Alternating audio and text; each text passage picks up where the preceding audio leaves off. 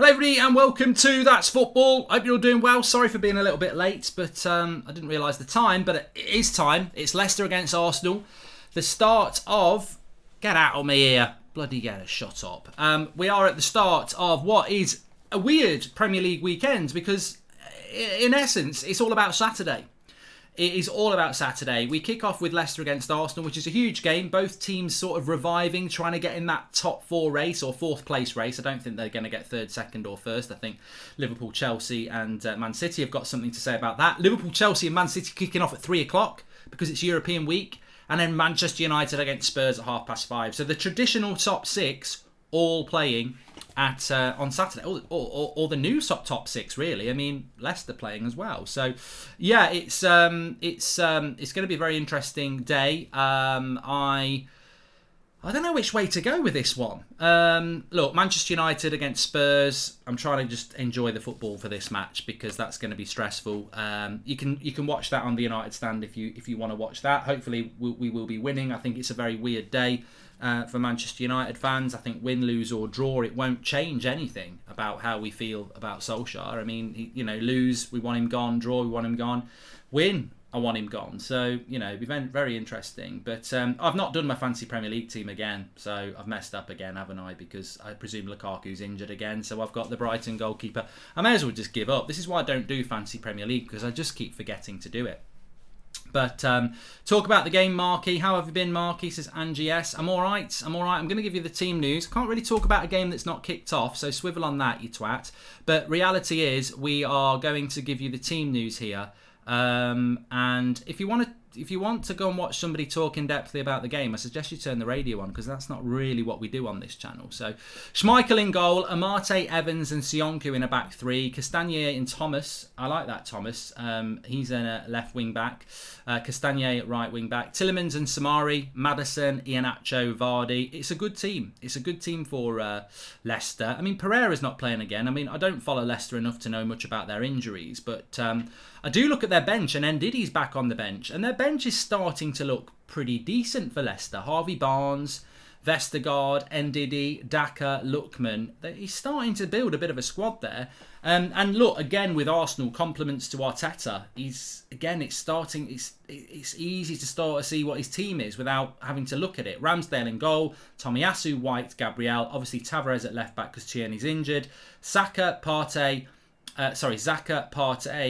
Lokonga and Smith Rowe with Lacazette and Aubameyang. It's a bit of an adaptation on his normal. He's gone sort of like 4-4-1-1 instead of 4-3-3, but it's still, again, looking good. And again, look, you look at Arsenal's bench, Pepe, Odegaard, Martinelli. I mean, it's not. I don't think they've got a stronger bench as Leicester, actually.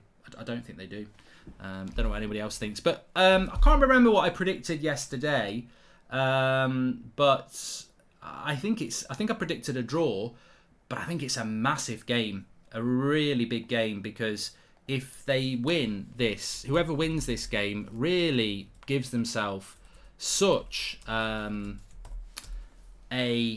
boost in relation to chasing for that top four position. And look, as a United fan, right here, right now, I am 100% saying that.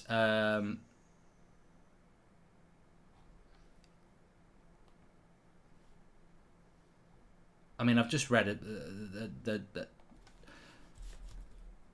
I've just read something ridiculous.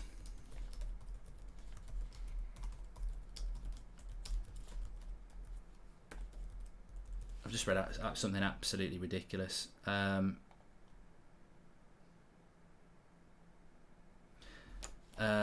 Alex, basically, I'll bring it in. As a United fan, this sort of thing just makes me laugh.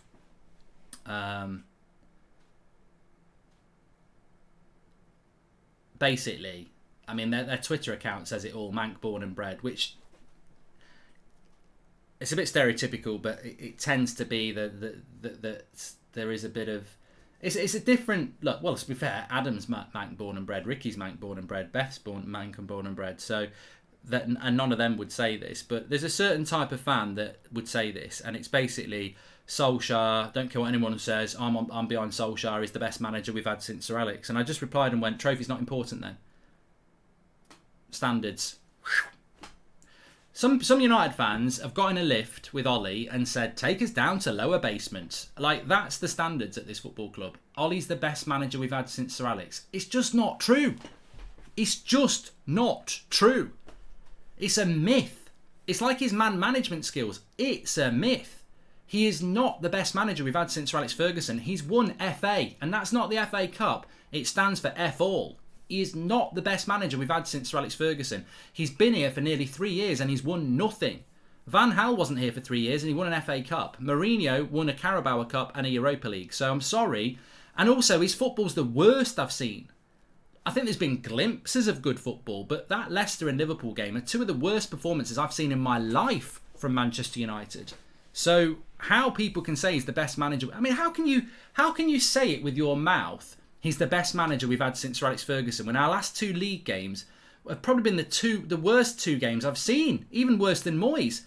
You know, it's a myth. There's a myth that goes around with Ollie, and I think I would prepare yourself as a United fan or a non-United fan tonight. If we beat Spurs, it'll be Ollie's at the wheel again, because that's just how, you know, flippant some of our fan base are. And basically, singing for Ollie is singing for the Glazers. I don't care what anybody says. Because any other decent owner would have sacked him. So if you're singing Ollie's at the wheel, you're singing Glazers at the wheel, really.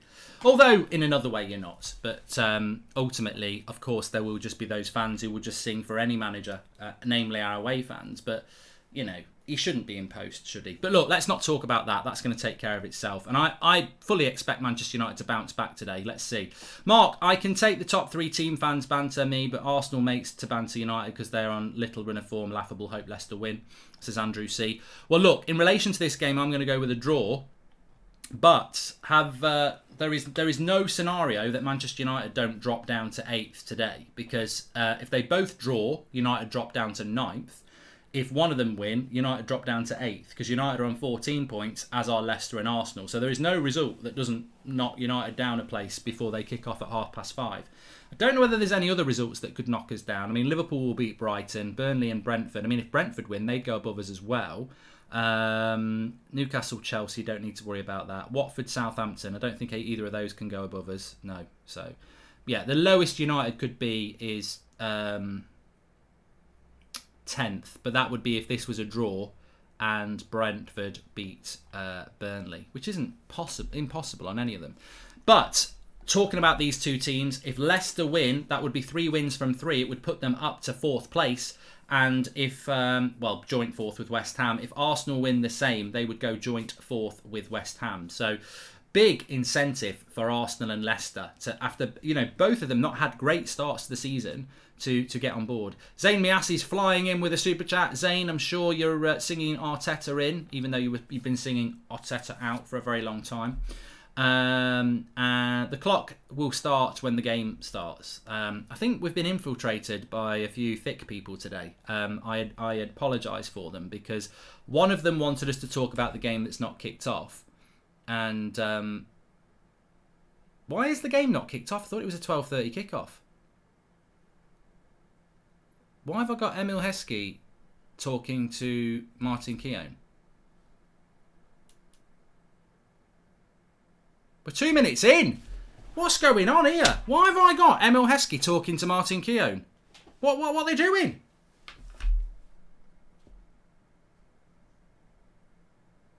Why? What? I'm on BT Sports 1. What's going on? I don't get this. Let me sort this out.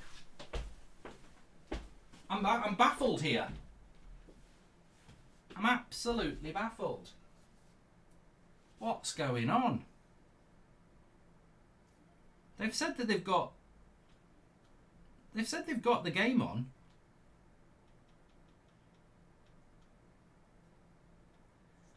We'll get there.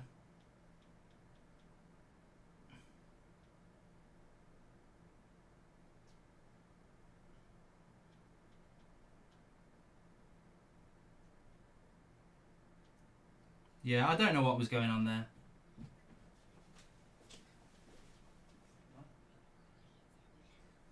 Trying to turn the telly on over here. Yeah, don't know what was going on there. people, but we've sorted it out. We are 3 minutes in, so who's the Wally now? Let's start get this clock sorted. At least it's not happened on a United game. That's all I'm going to say, because that would really be unfortunate. But bit of an early chance for Arsenal there, actually. We just missed it. But we're live now. The timer's on the screen. And just think, Mark, a couple of games in, we was bantering Arsenal for being a mid-table club. Now look at us as M&K Group. Look, I've got no issue, corner to Arsenal here. I've got no issue taking the mickey out of Arsenal for, not winning any points in their first 3 games. But Arsenal deserve to be bantered. The problem is Manchester United deserve to be bantered as well. So it is on BT Sport. I don't know what had happened. I don't know whether I was on... I don't know what it was. I don't know why I had Hemil Heskey and Keown talking together. What's your favourite snacks? Is Dr. Pillowcase? Crisps, probably. Yeah. Pringles, something like that. Ollie admitted it. His third crisis in 2.5 years. What the fuck says it? Oh, 1-0 to Arsenal. And it's been a great start by Arsenal. And it's a goal for Arsenal. And it's Gabriel for Arsenal. What a start.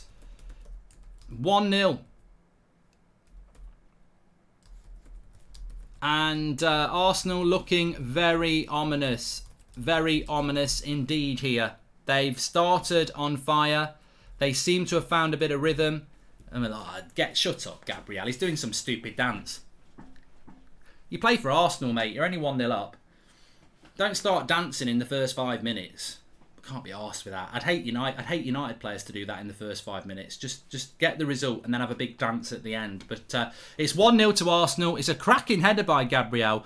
And on top of that, there is a player that has endured a difficult first season, but is having a good second season. So, that's really, really not impossible that you can have an adjustment season and then a season where you're playing a lot better. I remember that, Gabriel. I remember United. Remind me of what French club they got him from? Was it Lyon? Was it Lyon or Lille? But I quite like the look of him. I did. Left-footed as well. But obviously Arsenal bought him. Arsenal are currently above United. Yeah, well, they'll be joint fourth, but terrible at the back here. Leicester have started off really bad. Aubameyang shoots straight at Schmeichel, nearly concedes another corner. Terrible start. It was Lille. He came in from Lille. Thank you, everyone in the chat. So 1-0 to Arsenal here. They've started off fantastically well, and Leicester have started off really slow.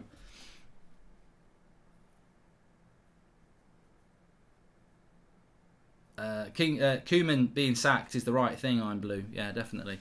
Yeah, I mean, United have got to win today. They've got to win today, because I said this at the start of the season. If you go back and check my preview Premier League prediction show for this season, what did I say about Arsenal? Can anyone remember what I said? I didn't say relegation. I said 5th. Well, it's not a long way from 4th to 5th, is it? I think Arteta deserves a statue if he gets top 4, but I did say Arsenal 5th, and the reason I said Arsenal 5th is they've got no European football. So they're going to, if they can get themselves in and around the top 4 now, between now and the end of the season, we're going to see more and more of week off for Arsenal, while Spurs, Leicester, United are all playing in Europe midweek, whether it's Europa League or Champions League. So Arsenal... Arteta seems to have a system. He seems to have a settled 11. And I think it's going to be, if they can get that consistency going, which they seem to be doing, then they could be a real threat. Arteta has come back from the brink. Ollie, says McGrady. I don't think Arteta has come back from the brink, mate. And don't ever compare Arteta to Ole Gunnar Solskjaer. Arteta was sat as a coach with Manchester City for a number of years. He can coach. Whether he's good enough to coach, Zayn Biassi says the goal. Whether Arteta's good enough to manage Arsenal is a different matter, but he is a coach. Don't compare Ole Gunnar Solskjaer to Mikel Arteta. It's not fair. Doesn't mean Arteta's going to be a success at Arsenal, but he is a coach. And he proved himself as a coach at Manchester City, where Pep Guardiola was the manager and he was the assistant coach. So he coaches.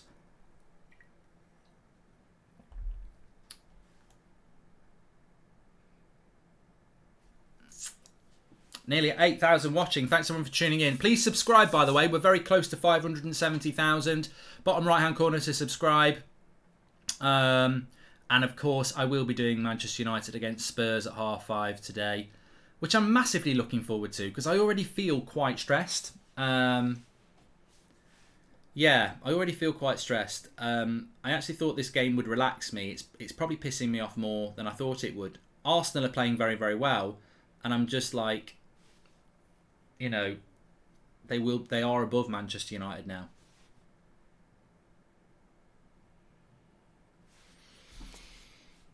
What are your thoughts then, everybody? Get you in the chat.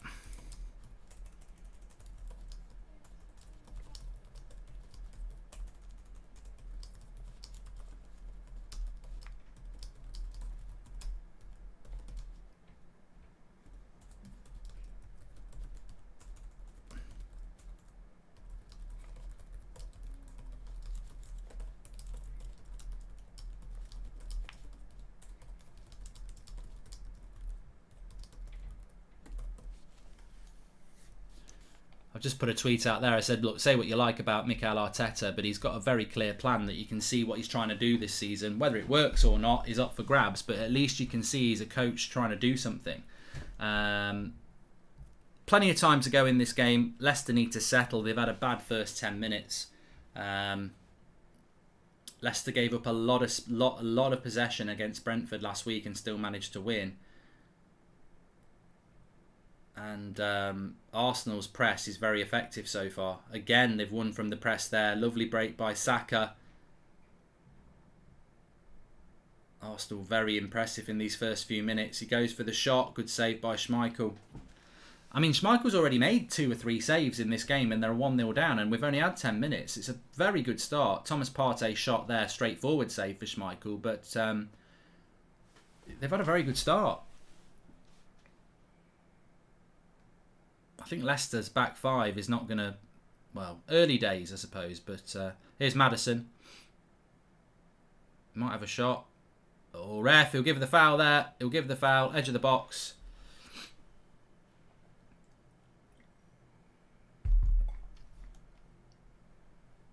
Scott Parker says Manchester United could be 12th Monday night. Thanks for the super chat there. Thanks for the super chats. If you want to do that through the $sign, you can do. Ben White gave the foul away. Mark, I think Tomiyasu could be in the running for signing of the season in terms of price. Only 15 million. He's only dropped banging performance. He looks good. He does look good. Where did they get him from? Was it Torino or something like that? Mooksy. Thank you for the super chat. Yeah. Let's see what happens with this free kick for Leicester. I will talk about United in a minute because I know a lot of people are going to be watching that game. I'll be doing a watch-along on United Stand if you want to tune in. But it's a weird old game. It's a really weird game. All I can say is I want to win it. But what I'm not looking forward to if we win it, we're gonna win. I'll do my match reaction and I'm coming off social media because I just don't want to listen to give Ollie another chance and all this, which some people will be doing. You know, stand by your manager bullshit. You know, you may as well have a Glazers t-shirt on if you're swallowing that nonsense. But let's see what happens with this free kick. Straight into the wall, Maddison, little dink, and Ramsdale's got it. Zamiasi says, all you United fans and Mark, sit down. Arsenal are back. Just wait till we get Conte. We have the best young attack in Europe, confirmed, but that in your pipe and smoke it. Well, if you get Conte, I don't know where this Conte thing's coming from with Arsenal. I mean, why are you trying to change your manager? Like, I don't get. I wouldn't be. If we had Arteta and he was doing, if Ollie was doing what Arteta's doing, I'd be willing to give him the season because there's a defined way of playing, and you're getting good results. I don't know why you'd get rid of Arteta. You know, you've won, apart from your first 3 games, which, you know, to be fair, you played Man City and Chelsea in your first 3. Your run of form since then has been pretty good. Hello, considering you gave everyone a 9-point head start and you're into 4th place if you win today, I think it's been a pretty decent start by Arsenal. Blake says, hello Mark, do you think Liverpool will sign a major striker in the next few years and who do you think it will be, says Blake. Well, I'm not a Liverpool fan, Blake, so it's very difficult to predict what Liverpool will do because I don't know what your your youth development is like. I don't know whether you've got anybody coming through, but and also Liverpool are not really the sort of club that's going to go and spend £100 million on Harry Kane or Erling Haaland. So I think Liverpool's scouting system, you're more likely to go and get somebody like an Isaac or someone like that. So it'd be interesting. I'm sure you will be buying players, but Mane was from Southampton, Salah from Roma, Firmino from Brazil. So I'd expect you to go and do that sort of a signing that's well scouted but not going to cost you loads of money. Leicester's passing looks a little bit off so far. And that's a bad pass by Tillemans that goes out for a throw-in. Did you see the manager tier list on Saturday Social, says Hammers? I haven't watched it. No, I imagine Solskjaer didn't make the top 13. Probably was he in last place by any chance? Big shout out to Whangarei FC in New Zealand. Winning their league today made the Liverpool loss a bit more palatable, says Mark Parales. There we go. Parales, thank you very much. Big shout out to them. Can't say I follow New Zealand football, but if you do, well done if you support that team. So we have 15 minutes here and Arsenal looking good. Energetic, moving the ball well. I tell you what, they'd give United problems. That's the scary thing, It always seems to be when United play Arsenal, they're always in a better frame of mind and form than we are. And we're playing Arsenal soon, and playing like this, they will give us massive problems. Ollie should never have been given the long-term job for United. Can't wait for Conte takes over and puts a rocket under some of these underperforming stars as SP. Sorry, I keep touching my nose. I think I've got a bit of an allergy problem today. Lovely crossing by Lacazette, and Johnny Evans stops a tap-in for Aubameyang. It could have been 2-0. Lovely little bit of play. This is actually Lacazette with the cross, but it's Tavares. It would have been offside anyway, but Tavares, who's the left back, wandering into the number 10 position there to get it to Lacazette. So interesting play from Arsenal, who've been very vibrant in this first few minutes. Gabriel coming up as a cheerleader again, trying to get his second goal. Disappointing start from Leicester. Very good start from Arsenal.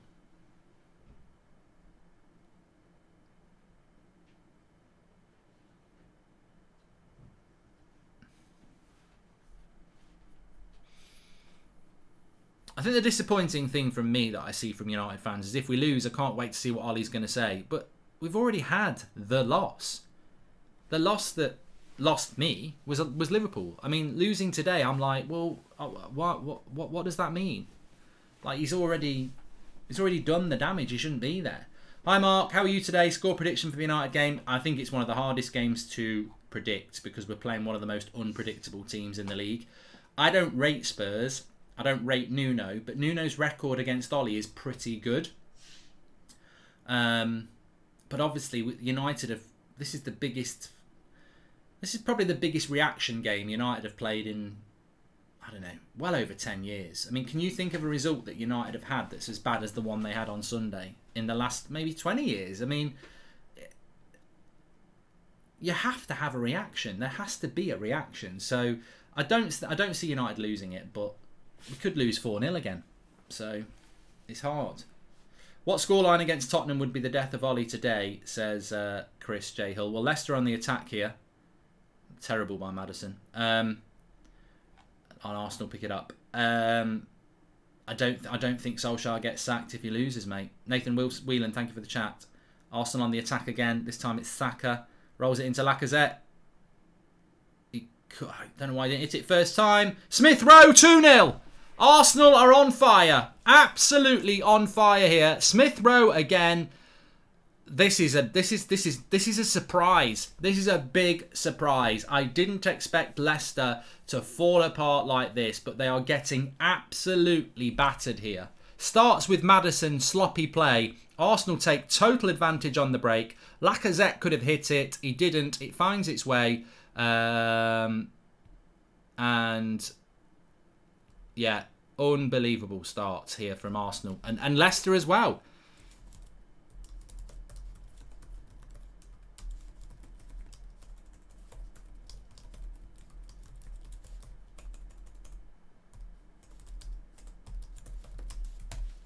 And it's an interesting one, isn't it? It's a really interesting one because I think that there's so many Arsenal fans that have sort of given up on Arteta, and you look at their form this season since them first 3 games of the season, and you know it's hard to watch as a rival and not see improvement and growth. It's 2-0. You know, and look, as a United fan, 2 weeks ago, we went to this ground and got absolutely hammered. 2 weeks later, Arsenal go to Leicester and are absolutely hamming them. Hamming them, is that a word? Hamming them. Smashing them. So I can't argue. This game shows how Ollie is a very, very terrible coach. Well, that's the point, Marky. It's like 2 weeks ago, this Leicester side battered United. 2 weeks later, they're getting battered by Arsenal. And Leicester look dreadful. And Arsenal look fantastic. And that tends to happen when one coach is annihilating another coach. We saw it with Rodgers against Ollie. He made him look stupid. And at the moment, Arteta's making Rodgers look stupid. And, I mean, Leicester are just way off the pace. Way off the pace. And Arsenal can just defend now and keep doing what they're doing, which is hit them on the break. Because Leicester are in big trouble here. He's going to have to change the system. I don't know why he's playing a back 5 against Arsenal. He's going to have to go to a back 4 as soon as possible. Get to a back 4. I'd take Johnny Evans off and get Harvey Barnes on.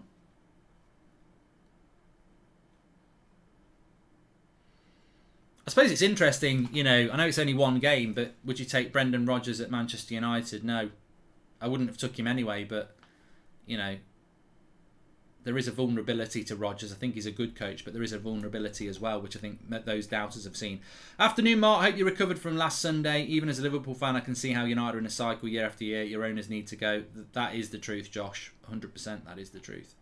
Arsenal top 6 finish, says Shiam. Well, look, I'm one of the few. I predicted Arsenal to finish 5th. So I'm not actually that surprised. A year ago, when people were printing Arteta out T-shirts, who are Arsenal fans, I was saying, you don't know football. You're just doing it to be controversial. And lo and behold, it's become to pass. I mean, look, I'm a United fan, but I watch a lot of football, and I've seen with Arteta what he's trying to do. And I think at the start he couldn't do it. He had to park the bus and hit on the brake. And I think as time has passed, he doesn't have the checkbook that Ollie's got. He's had to do it very gradually. And the summer looked ridiculous. It was like he spent 130 million or something. And I was like, what's he actually spent it on? A goalkeeper, Ben White, some people I've never heard of. The season starts and you go, well, the goalkeeping situation is because he doesn't trust Leno. Ben White's come in and given him something. Tomiyasu, what a signing he is. Tavares looks good. This lad in midfield looks good. Added to that the development of Smith Rowe and Saka and the rejuvenation of Aubameyang, and suddenly Arsenal look like they're never going to be a team that's going to win the league, but they're certainly a team that could get 4th. So yeah, those Arsenal fans that wrote him off ridiculously early, I mean literally only been in the job 12 months, they look a bit silly, don't they? There's an injury here. Gabriel's gone down. Ollie, we want you to stay, says Boo. And Arteta seems to play in a 4-4-2 formation in the game. Thoughts, says Cool Work. And the day Arsenal fans start singing Ollie's at the wheel is the day the world ends for us United fans. Oh, don't tell me the Arsenal fans are doing it, Mason. Mark, would you take a year in the Championship if it means the Glazers sell to a better owner, says Tolson? Mate, I said back in April I would have took us in the National League if it meant we didn't go in the Super League. So there's a lot of things I would do to get the Glazers out of this club, and a year in the Championship wouldn't bother me. I think long term we'd be in a better state if we had proper owners. Gabriel looks like he's going to be okay.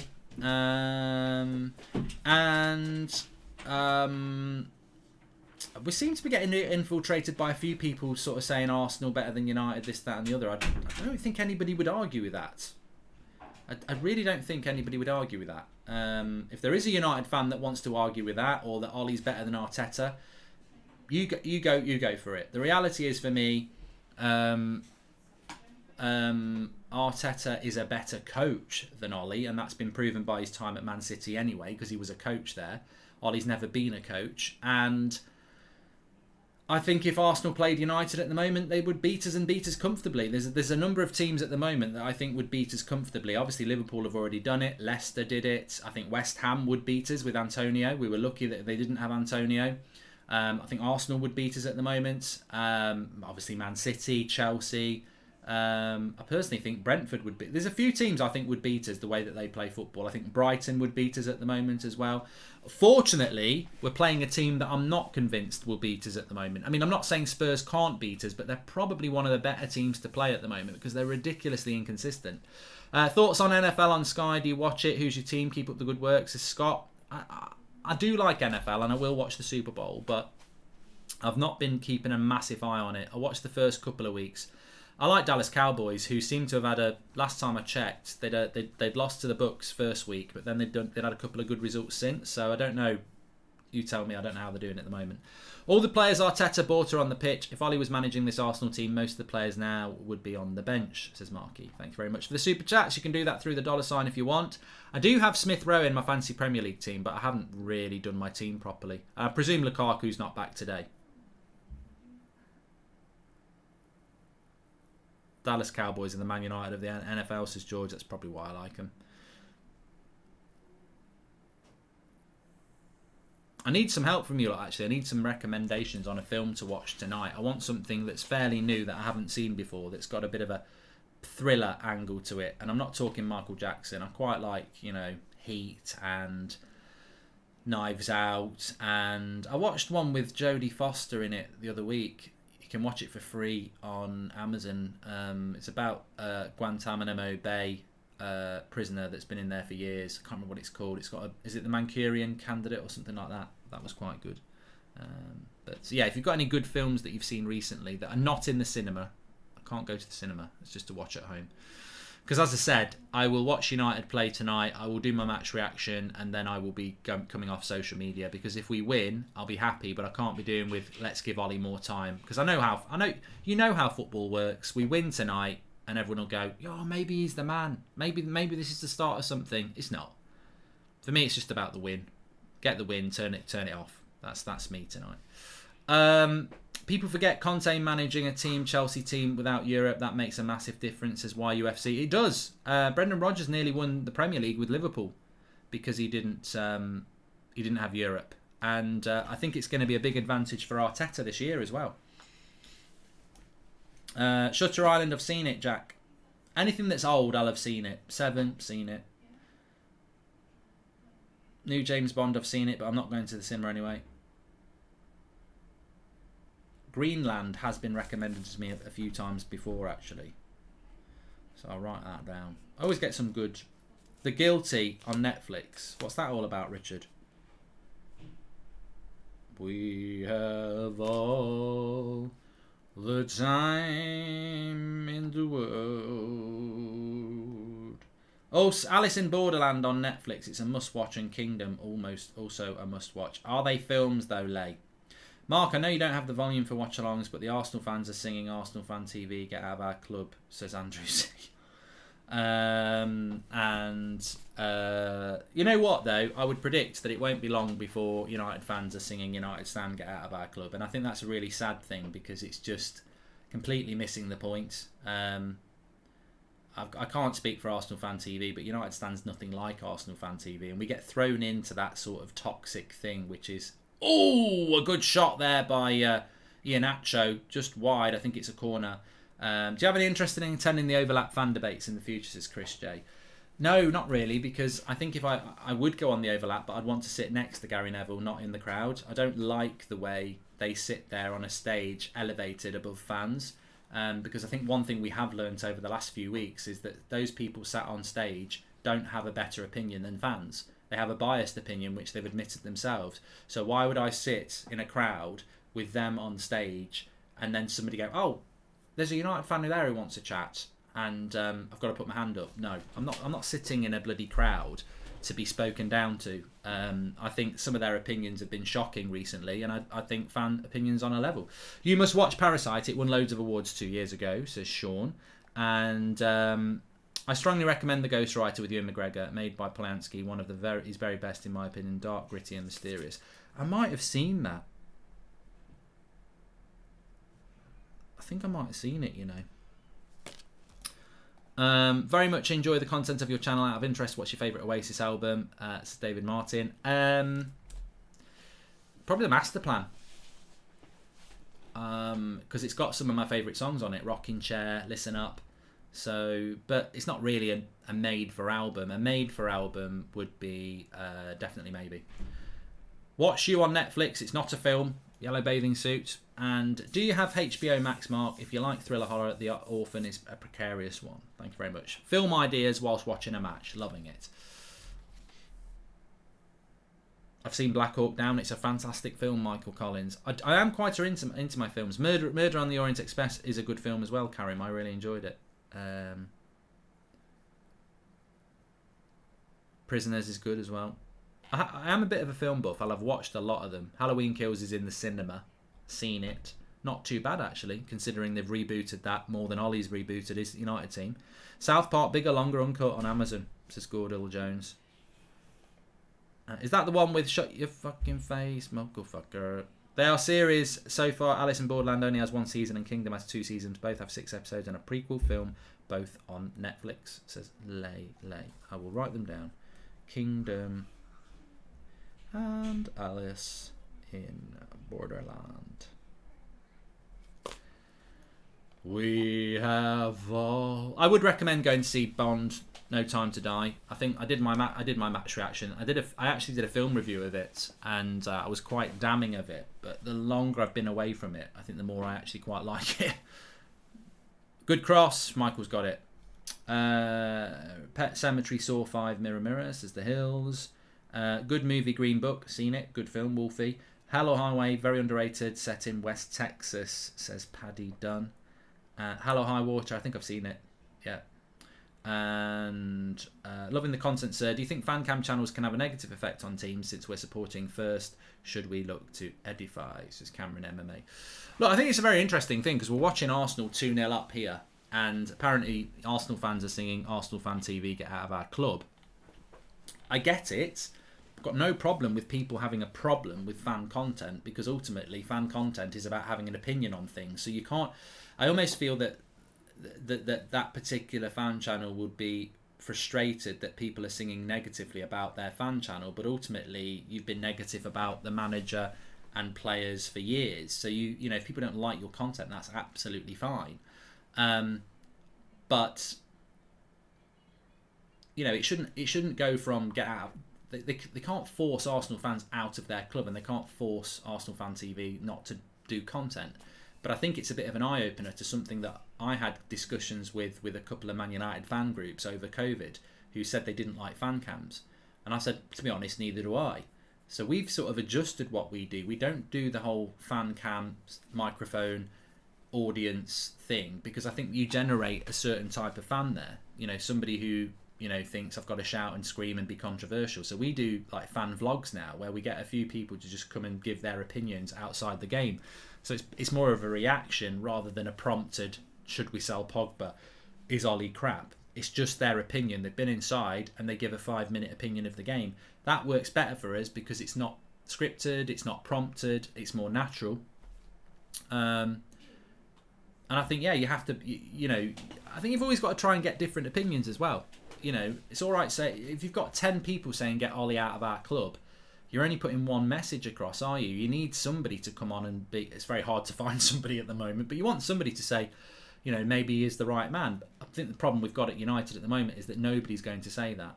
Ramsdale, good keeping by Ramsdale. What's the scariest movie you've ever watched, says Miguel? I don't know, I've watched some weird films over the years. Willy's Wonderland 2021. Nicolas Cage beats up animatronics for 2 hours and doesn't say a single word in the whole film. This is Chris. And hi Mark, you should watch Shot Caller if you haven't seen it. Good crime prison film on Netflix. Frostbite.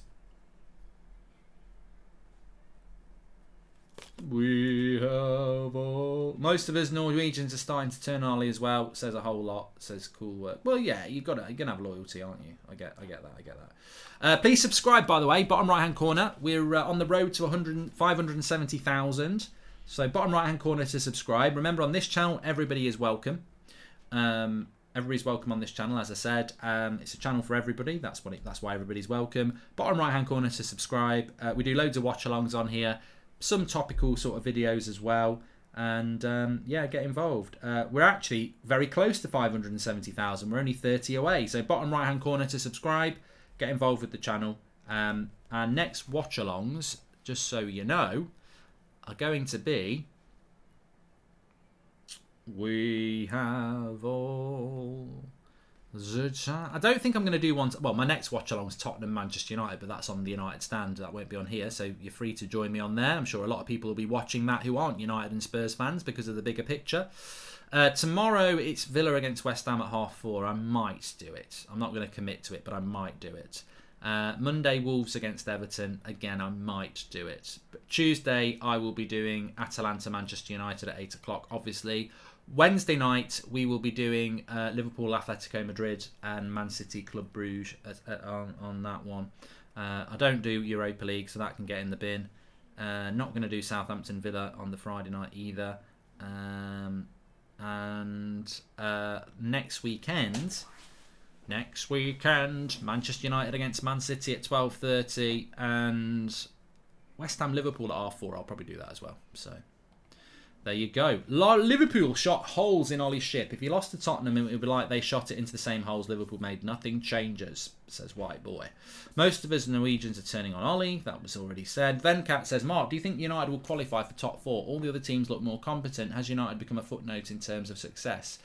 They should get top 4. I felt that top 4 was absolutely locked down. You look at the squad that Manchester United have got, and this is why Ollie should be sacked. Varane, Maguire, De Gea, Shaw, Wan-Bissaka, Pogba, Bruno, Van der Beek, Ronaldo, Rashford, Greenwood, Sancho, Cavani, Lingard. You know, they've got so many options, so many players. Of course, we haven't really got anything in the midfield, but you should still be getting top 4. Are you going to watch the book of Boba Fett when that releases, says Dan? I am. I don't know when it's out, though. I'd rather they'd done a 3rd season of The Mandalorian, really. Be Here Now is Oasis' best album, Mark. Am I right? No, you're wrong. I don't mind Be Here Now. It's a bit underrated, but it wouldn't be my favourite album. I'd definitely put What's the Story, Morning Glory, Master Plan, and definitely maybe be above that. Arsenal are already above Manchester United with 17 points as things stand. They're into 4th place. Ford versus Ferrari is a good film, Reese Brown, yes. Judas and the Black Messiah on Sky at the moment got nominated for Best Picture and should have won. Also, Succession is a very good series on Sky Atlantic. I just want a Saturday night film. I don't want a series. I just want a good Saturday night film, preferably something I've not watched before that's really good.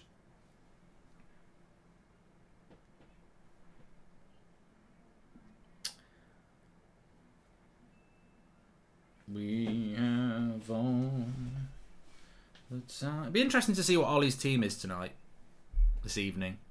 He's got to make changes. I've played on this ground. Things people didn't know that I've said a million times, but I've played on this ground. True story, I played at Old Trafford and then 5 days later I played at Leicester. It was at the end of the season, you get invited to a lot of things, so...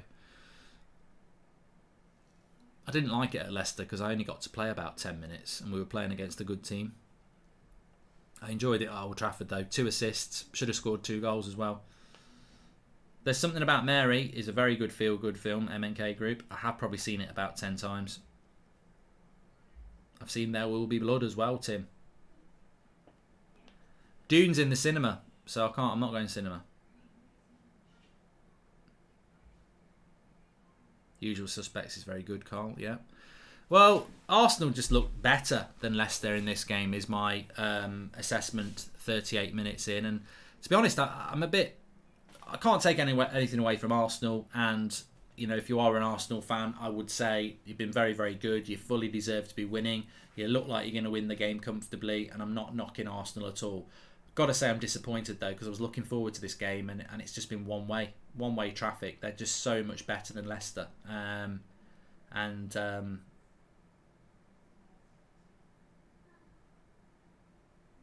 He should go to a back 4.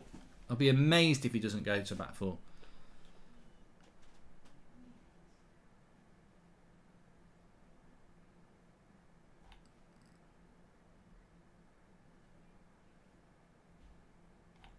Moneyball's very good.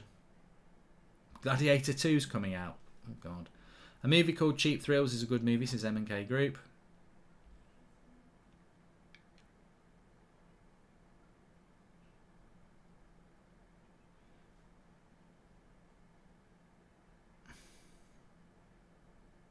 No Country for Old Men. Bit of a weird one, but it's still quite good.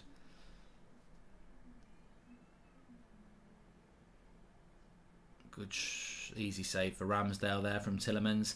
2-0's a dangerous scoreline. I think Arsenal fans will realise that. 2-0 is a dangerous scoreline, and if Leicester could get one back, being the home team, they will have the momentum. But at the moment, it feels more likely that Arsenal will get the third goal.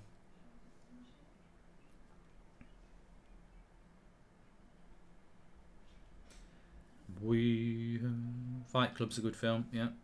The time in the world, if that's all we have, you will find we have nothing more. Every step of the way, they'll find us, if that's all we have. Behind us, we have all the time in the world. Movie called Searching is really good, says Chiri.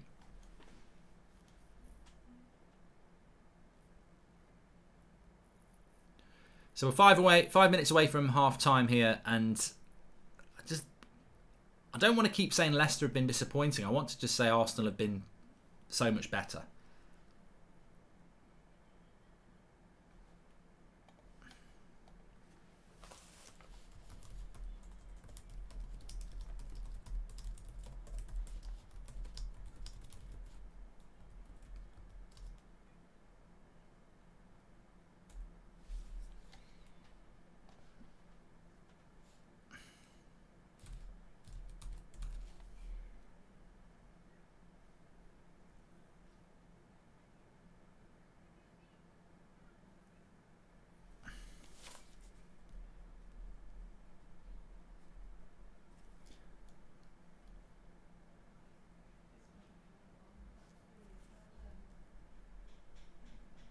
Sorry, I'm still writing my film list here. Free kick on the edge of the box for Leicester again. They've already had one of these and wasted it, so it's probably a little bit close. The Gentleman is very good, yeah. Is that the one with Henry Cavill?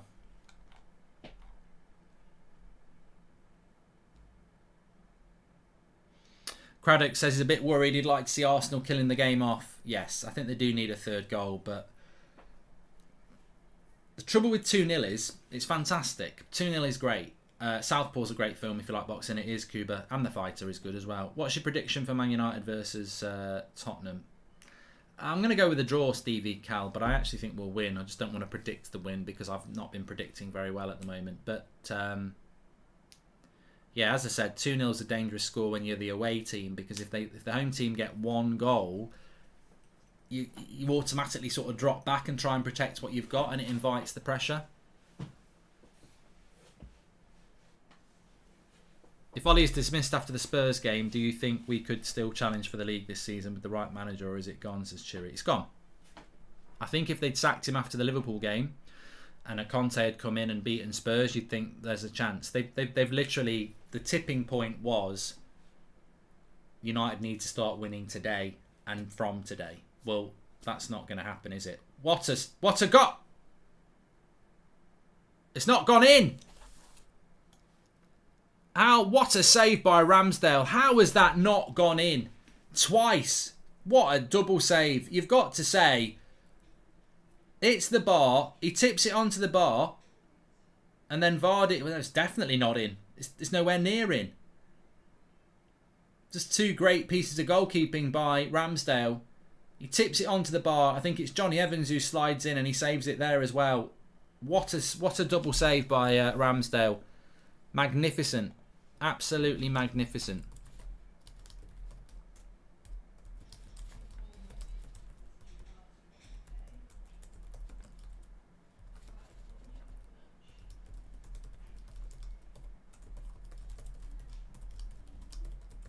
give Arteta credit there, because in Leno, they've got a really, really good goalkeeper, according to Arsenal fans, and he's binned him off to put in...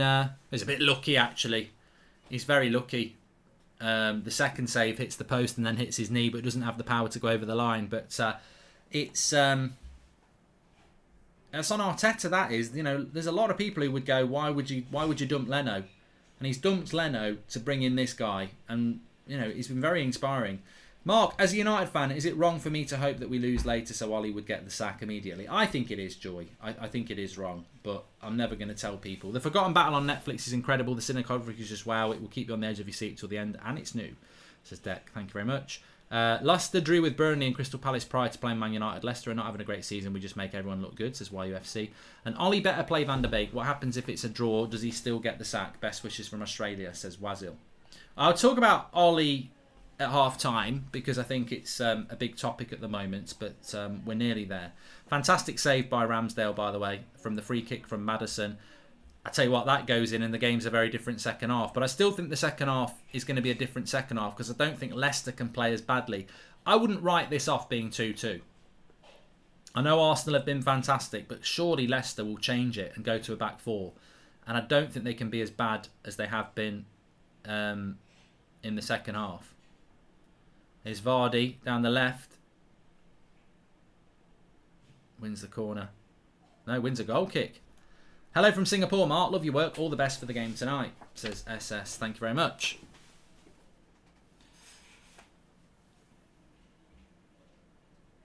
Do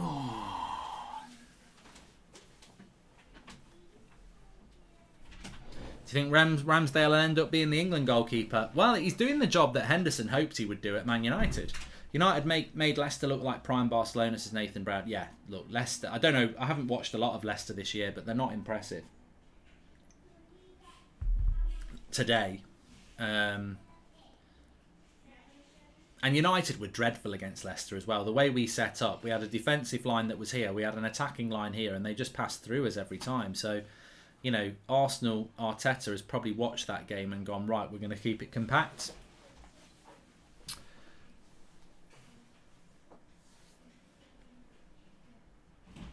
We have all... Sorry, I keep singing that. Thanks for all the super chats, by the way. Out, you can do that through the $sign. And do you watch cricket? Do a watch along of England or India reach the 2020 World Cup final. By the way, I'm captaining India tomorrow, so wish me luck, says Virat Kohli. Big... What? The 2020 India tomorrow? Well, good luck tomorrow if you are. And I don't really watch cricket. I prefer the Test cricket, to be honest. So I'd never do a watch along for that. But I can dabble with cricket. I don't mind cricket. I do like the Ashes. If it's a competitive Ashes, I'll watch it. But I haven't really watched cricket since pre. He's not the captain of India. I doubt. Well, you never know on YouTube. You never know. And the ref should blow for half time here. So I'll talk about Ollie at half time. Have you watched The Damned United? It's very good, Wayne Anderson. If you're into sort of documentary style films, it's very good. Even though it's not a documentary. Hi Mark, if Ollie somehow survives these 3 games, how long do you think he'll last after that? Says Noah O'Kane. Well, we're going to talk about that now. How did you become a United fan? Says Jaden. Look it up, Jaden. No, you gave a super chat. I support Manchester United because of my granddad. Late 80s was very different to now. Like, there was no Premier League, there was no Sky Sports. You used to get 1 game a week on a Sunday afternoon. You get a bit of highlights on Match of the Day, but it was very hard to consume football. And teletext used to exist, which was basically how anybody found anything out, which, you know, the youth today would cry. But what we did have was VHS videos, this was massive. It was before DVDs, so video players. And there would be videos like the story of Manchester United, the story of Bobby Charlton, Brazil 1970. And my granddad and uncle had all these videos. And my grandma used to pick me up from school with my sister, because my mum used to work late and so did my stepdad. So we'd go back to my grand's house, and they had quite a nice house. And in the winter, obviously it gets dark at 4 o'clock, which is when you're getting home from school. So my granddad, who was a builder, would come in and have his tea, and these videos would be put on, and you couldn't go outside because it was dark. So I'd watch all these videos about Duncan Edwards and George Best and Bobby Charlton. And considering this would have been sort of like the mid-80s, when United weren't even very good, that was just my education in football. So Manchester United just became the team that I knew most about, knew the story about, and obviously you learn about the story of Manchester United is it's a tragic story, but it's the best story in football. And obviously what happened in Munich, the rebuild to '68, and so yeah, that's why United came for me. I mean, I knew who Duncan Edwards and George Best was before I knew who, Bobby Robson was, who was the England manager, and people like that. So yeah, that was my education with Manchester United. Certainly wasn't a glory hunter, Jamie, because we weren't winning anything in the late 80s. So, definitely wasn't a glory hunter. In fact, correct me if I'm wrong. I mean, I was a kid, but I don't think Manchester United won anything after 1985 until they won the FA Cup in 90. So, yeah, would be the opposite of a glory hunter because we won nothing in the late 80s. If you can take relegation, meaning losing most games, for Glazers out, why not take a loss if it confirms Ollie sacking? Hypothetically, of course, as Nicholas Yeo. Yeah, I get that, but for me, I always want Manchester United to win, and I don't look. Let me just talk about that as well. I don't know really where I am in relation to Manchester United today. I can only go with my heart, and I never want Man United to lose. Also, Tarantino or Scorsese marks his QWERTY. Scorsese for me. Zane's flying high again. Thanks for the super chat. Would you ever do a watch along for the F1s to Stephen the Hazard? I have done F1 watch alongs. They just normally clash with football, so I don't do it. All those United fans who want United to lose tonight, and there are some, because Ollie will get the sack. He's not going to get the sack if we lose. I think the game is Man City. He's not getting the sack if we lose tonight. If they can't sack him after Liverpool when they've got a week to replace him, why would they sack him on a Saturday night when we've got to fly to Italy on Monday night? Like, literally, we are playing Atalanta on Tuesday. They will not sack Ollie if he loses tonight. He'll go and get sacked if we lose tonight now. But they've basically given him 3 games. And those results will probably dictate his future. But I think he could win tonight and win against Atalanta and lose to City, and he should still lose his job. I think he could win all 3 and he should still lose his job. The problem is, it's the ambition at the football club. The standards at the football club is that he should already be out. So I can't give you a definitive answer, but I certainly don't think wishing Manchester United lose tonight to get rid of Ollie is a worthwhile venture, because I don't think he will get sacked. And Awesome says, somebody said, Nuvo says, I disagree, but like, excuse me, if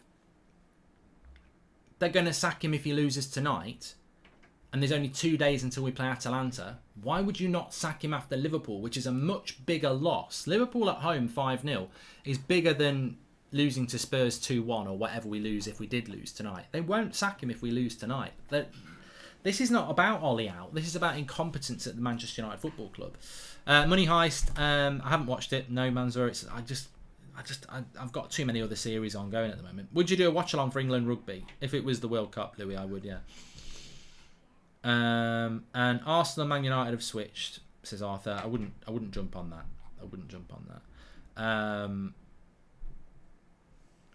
In relation to Arsenal, it's an interesting one. I take no satisfaction in this because I'm not an Arsenal fan. And please subscribe, by the way, bottom right hand corner. We're very close to 570,000. Get involved with the channel. Everyone's welcome. In relation to Arsenal, it's interesting because we're coming up for a year ago. It was last December. Certain Arsenal fans were printing T-shirts with Arteta out. I hope the streets don't forget that. Certain Arsenal fans were saying getting out of my club is a load of nonsense. I hope the streets don't forget that. But the reality is, I felt that in serious, I think they went too soon. I don't think they understand football because they went too soon. And the great thing about this channel is that it's not United, so it's escapism. I can just watch football and analyse it most of the time from a pragmatic point of view. Look, I wish Leicester beat Arsenal today, but there's no way they deserve to be beating Arsenal today. Arsenal played really well. But with Arteta, he'd only been in the job a year. and people were saying sack him, get rid of him. Now that, we wanted Moyes out. Moyes didn't last a year, and he was dreadful. But with Arteta, Arsenal are such a bloody nightmare of a club to take over. Their squad is a mishmash. The mentality in that squad is weak. And it was always going to take at least 2 years for any manager to go in and change that. Conte, Arteta, Pep, whoever. You're not going to change that team overnight. Certain people needed to be removed, certain people needed to develop, certain people needed to be brought in, and it was going to take a bit of patience. And all I said with Arteta last December is that he deserves a little bit more time, because you can see glimmers of hope. And those glimmers have opened up into genuine hope. And as I said, the summer signings didn't make any sense to me as an outsider. I was like, he spent a load of money on what? But then this season, I don't even need to look at the Arsenal lineup, and I can pretty much tell you 8 players that will start. Well, that's what consistency comes from. A style of play and consistency in your team selection. And what he's done is, he's basically got his back 5. If Tierney's fit, he'll play at left back, but that Tavares is good. He's got his midfield. Obviously, Partey plays. I think Xhaka will probably play over the Lokongo lad, but, he looks good as well. Smith Rowe's playing consistently, Saka's playing consistently, Aubameyang's back, and Odegaard or Lacazette drop in different games. So and also with Arteta, whether he ends up being a decent manager or not, you can't take it. Look, if Arsenal fans don't like Arteta, that's their right, but I don't think that they are right, like United fans are, to say get rid of Ollie, because Arteta, I've watched them 4 or 5 times this season. And it's the best they've played under Arteta. I think there was glimpses before, but they're consistently playing very good football. They're pressing well. They're moving the ball quickly in the final third. And Arteta, whatever you say about Arteta, he was Pep's right-hand man for a couple of years at least. I don't know how many years he was there. If you're Pep's right-hand man, Pep's a bloody coach. Like, he's a coach. If you're his right-hand man, you're a bloody coach. So one thing about Arteta is he's an actual coach. So with Arsenal, he's not going to do what Ollie's doing, which is rely on his coaches to do it and just live off man management. Like, Arteta is a coach, so I don't know. Look, if Arsenal fans don't like him, that's fair enough. They don't have to like him. But what you can't say is that he doesn't have a vision, he doesn't have a style of play, and he has won an FA Cup as well. So I think those Arsenal fans that wrote him off probably should, and you can't tell any fan what to think, but I think they wrote him off because they don't understand football, basically. I think they wrote him off too soon because there was other options that were more glamorous. I think with Arteta, it was more about preferring another manager than giving Arteta a chance. And at the moment, I predicted Arsenal would finish 5th, and at the moment, would you bet against it? And Arsenal finishing 5th would be a very good season. I don't care what anybody says. You've had 2 seasons finishing 8th. You deserve to finish 8th. You're not in Europe. If he can get you 5th and get you into Europe and then buy more players in the summer, that's the sort of patience you need. And look, up until a couple of weeks ago, there was a lot of United fans, myself included, who weren't saying Ollie out. We were like, this is the big season for him. He's had 2.5 years. He's got Ronaldo. He's got Varane. This is the season to deliver. He's not delivered, and it's time to go. If you're an Arsenal fan, if United fans have given Ollie 2.5 years, I think you've got to give Arteta 2.5 years. And actually, he's coming up for 2 years, and you're already seeing the development. So I think with Arteta, I just think, you tell me, I don't understand why Arsenal fans won't give him a chance, because, and there are Arsenal fans who don't trust me because they're like, oh yeah, you just want us to keep a manager that you don't like. Like, everyone wants United to keep Ollie because they know why United have got Ollie. We're no threat. Genuinely, that is not why I say that about Arteta. I don't say that for that reason. I actually have always been quite complimentary of him, and I think he is a genuine coach. He puzzled me in the first year when he used to play football which was back 5 counter-attack, because I'm like, how can you be Pep's right-hand man and then get your big chance and play part the bus counter-attacking football? But I think what he did is he realised that the squad wasn't good enough for him to play the way he wants to play, and now he's getting those players in. You're starting to see a different Arsenal. Mark, how do you think that Man United players feel when they look at other top clubs being managed by Klopp, Tuchel, Pep, and they're stuck with Ollie, says Michael Nelson? I don't know whether the players look at that sort of thing, really. I think the ambitious ones might do, but remember, Ollie's everybody's mate. And, if Gary Neville can't criticise his mate, then these players are on the bus with him every day. You know, he's driving the bus, he's singing. No, but they're working with Ollie every day, and if they like Ollie, you know, maybe they're locked into, they think they'll be all right anyway. But he's never going to be a good coach, is he? And that's always going to be a problem. Maybe they're brainwashed, as Jar, I don't know. Please subscribe, bottom right-hand corner. Anyway, in relation to this game, fantastic first half from Arsenal. Topped off by a fantastic save from a Maddison free kick by Ramsdale that keeps it 2-0. I think the first 15 minutes is going to be really interesting in the second half. What I would do is, if I was Brendan Rodgers, is the back five is not working. You're 2-0 down and you're playing with a back five. Like, you don't need to do that. You've got to get one of those defenders off, go to a back four, get Harvey Barnes on, get a bit of width, go more on the front foot, because if you get the first goal, you could end up getting the second goal. They've got to get the first goal in that half, and I think if they keep it the same, that will be a problem that Arsenal will, get over the line. But, you know, Arsenal could finish top four, says why? Oh no, he says they will finish top four. If United stick with Ollie, I think Arsenal have got a chance at top four. I think West Ham have got a chance. But the bottom line is, fourth place is up for grabs. Not third, not second, not first. No one is going to catch Chelsea, Liverpool or Man City. They are going to pull away. They'll all win this afternoon. They're all kicking off at 3 o'clock. They're just going to pull away. It's a 3-horse race, and that's going to be a very interesting race to watch. But fourth place, which should have been United's, is there to be taken. Maybe Spurs could get in that race. Maybe West Ham, maybe Arsenal, maybe even Leicester. But it's there for grabs, fourth place. If United bring in Conte, forget about it. You won't get fourth place. And I mean in the international break. If United stick with Ollie, that fourth place is up for grabs. And if they leave it too late to sack Ollie, it's up for grabs. So really, if United want to get top four, Ollie needs to be... Well, he should have been gone already, but he's got to go very, very quickly. If they keep Ollie in, he still can get fourth place, because that squad should get fourth place. But there will be a chance. If Maguire is worth 80 and Sancho's 70, Gabriel and Smith Rowe are worth 90. Zane, I'm sorry, you're just talking arse talk again now. We've had a really intelligent half-time chat about the future of Manchester United and the development of Arteta, and you've gone and exposed yourself as that minority sort of nonsense Arsenal fan who starts comparing players. We're a little bit better than that. We don't do Martinelli versus Greenwood or anything like that. We're levels above that.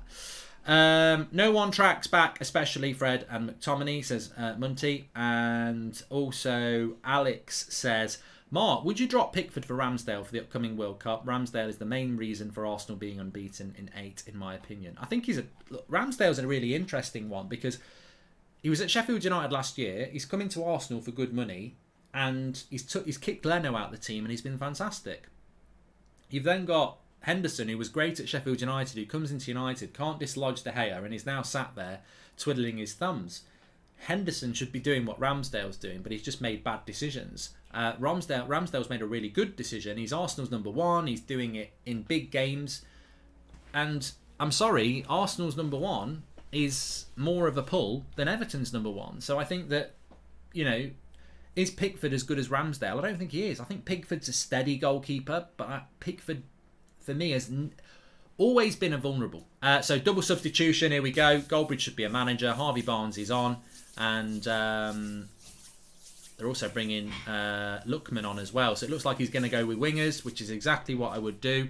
So that's interesting that Barnes is on for Amate and Lookman's on for Iheanacho. So they'll go 4-3-3, won't they?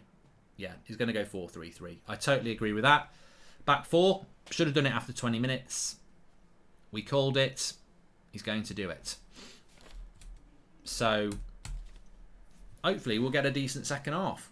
A different approach from Leicester, because that back four was turgid. Sorry, the back five was turgid. They weren't doing anything. They weren't creating anything. So Lookman had a good season at Fulham last year. Harvey Barnes shouldn't be on the bench for me. I think he's a very underrated player.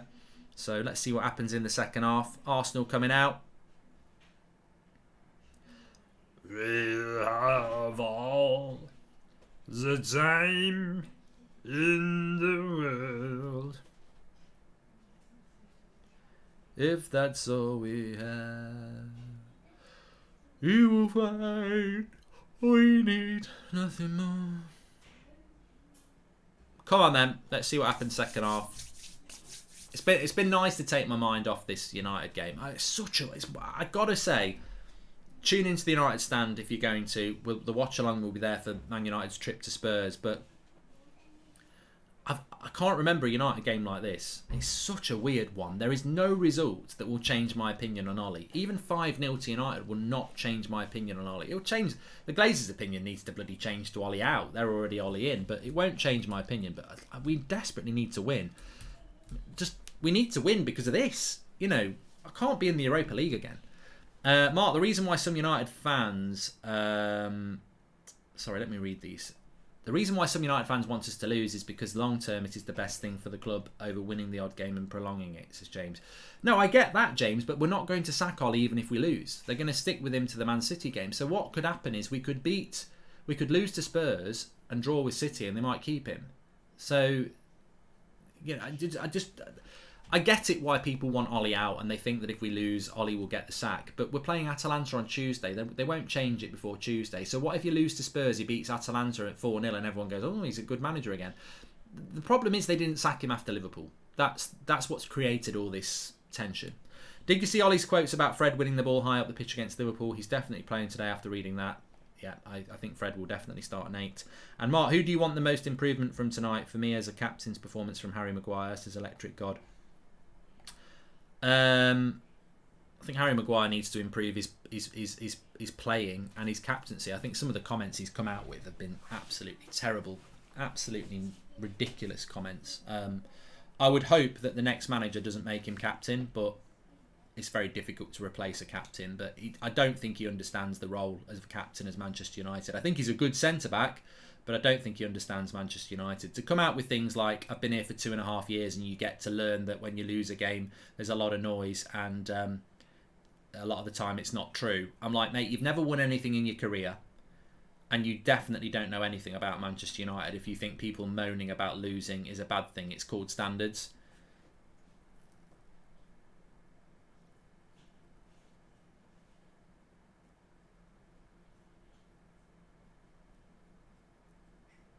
Bensky says, I can't wait to see Man United lose to Arsenal. By that time, if the dream happens, Ollie will have been sacked and we'll have a manager that will make us perform a lot better. So, you know, if Arsenal were playing United today, I think you'd be right. You'd smack us. But maybe, hopefully, we can change things and we'll have a proper manager. Because I do think United under a proper manager will be like a light switch. We'll change. Like, if you gave Arteta what United have got, we'd change overnight. You know, if you give Conte what United have got, we'll change overnight. We're just so badly coached.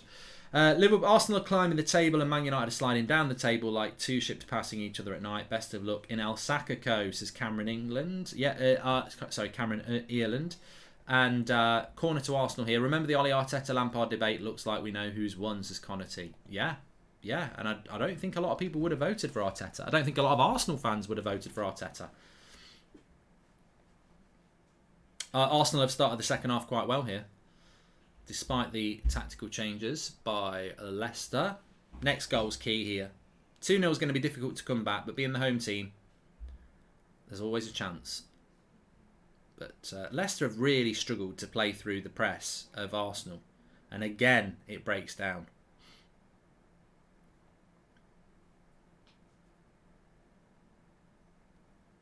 Martial's not in the squad today, says Jordan. That's weird because he's been training all week.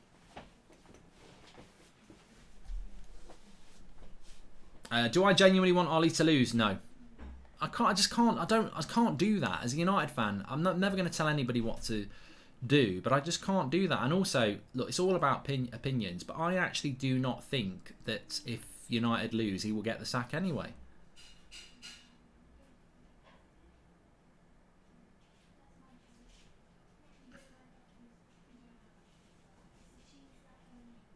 Yeah, I've just retweeted the United stand. Martial's not involved today. You have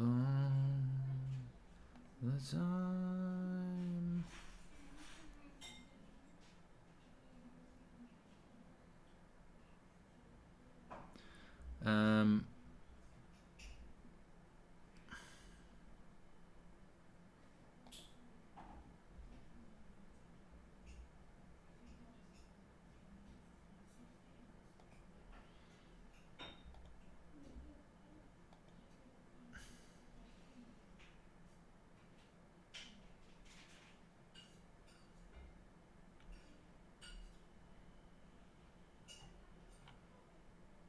across by Leicester there. I'm just having a quick look on socials. Sorry, it was gone a bit quiet there. United going with the back five today. I wouldn't be surprised. I wouldn't be surprised at all.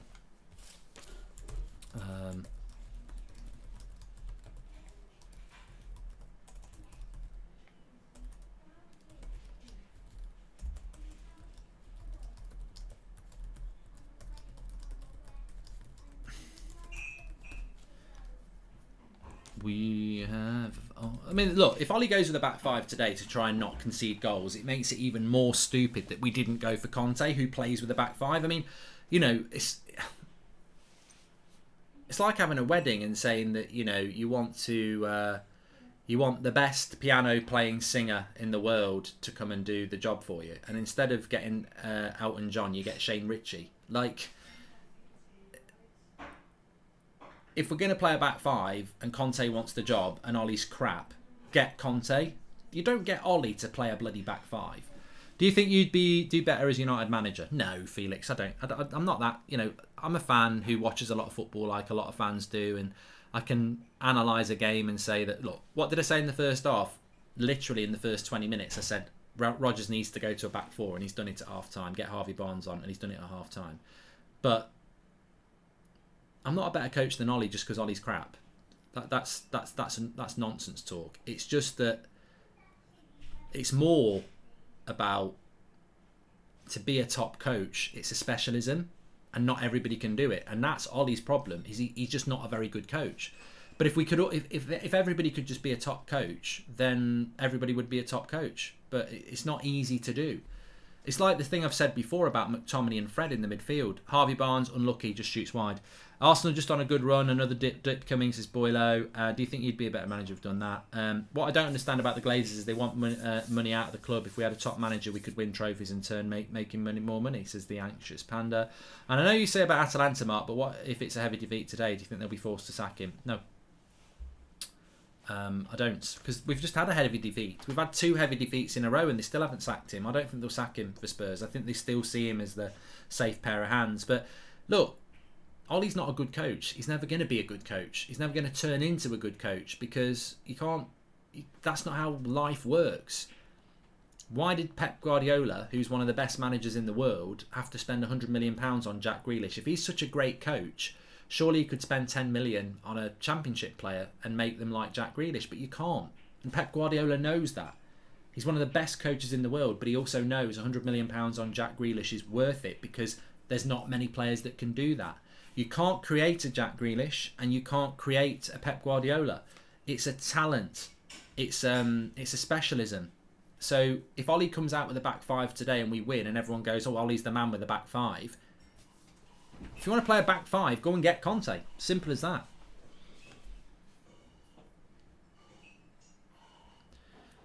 So we've had 8 minutes here. Leicester doing okay, but Arsenal's press is still keeping them back.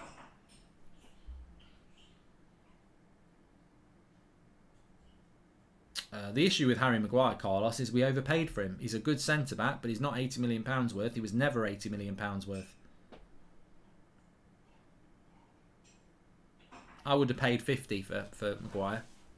But you've got the English tax. You've got the fact that United are crap at transfers.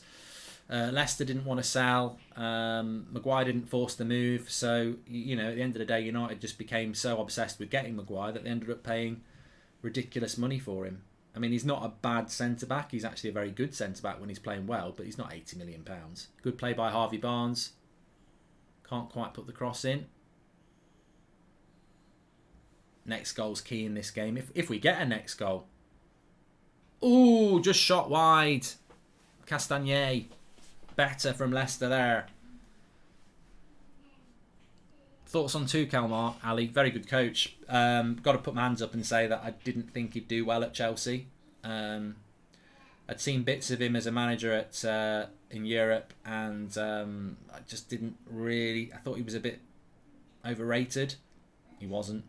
I think PSG is a very different job. I think any manager that goes to PSG and doesn't do well probably deserves a free pass because, you know, Pochettino's a good coach, but he's not really shining at PSG. Tuchel's a good coach. He didn't really shine at PSG. I'll tell you who's another guy who I think is a good coach, who managed at PSG and didn't do very well as well, but was fantastic at Bordeaux. Laurent Blanc. I've always felt that he's a decent coach, and whether he'll ever get a chance again now, because I think he's managing in Qatar or Dubai or something, but he'd be a manager that I'd take a look at.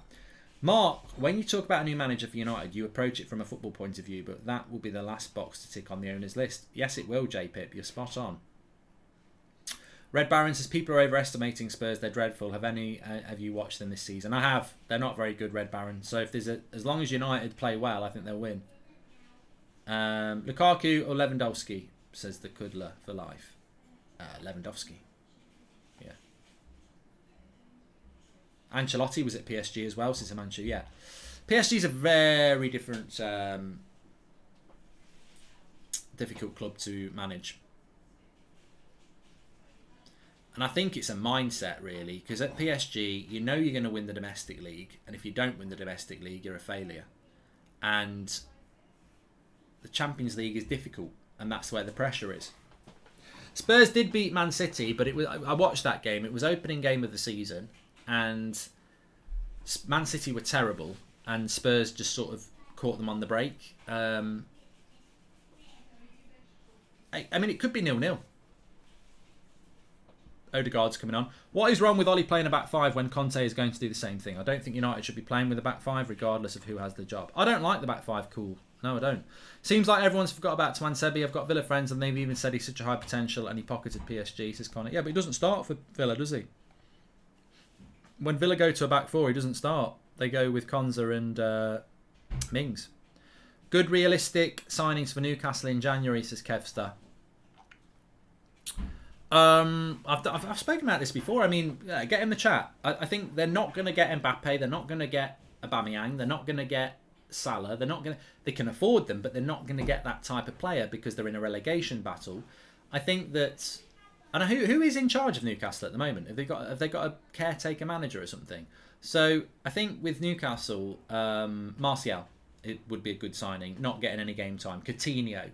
Those sort of players, maybe Sarr from West Ham, from Watford. That's the sort of player that Dele Alli. I mean, I wouldn't go near Dele Alli, but what they want to do is pick up players that are good players with something to prove that aren't getting game time. I mean, Lacazette would have been an interesting one for Newcastle, but he is actually now playing for Arsenal, so I don't think they'd go for him. But yeah, Anthony Martial would be an interesting one but it's whether they fancy it. It's whether they fancy that project. Lovely play. What a save by Ramsdale again. Brilliant play by Leicester. Ramsdale is just unbelievable. What a save.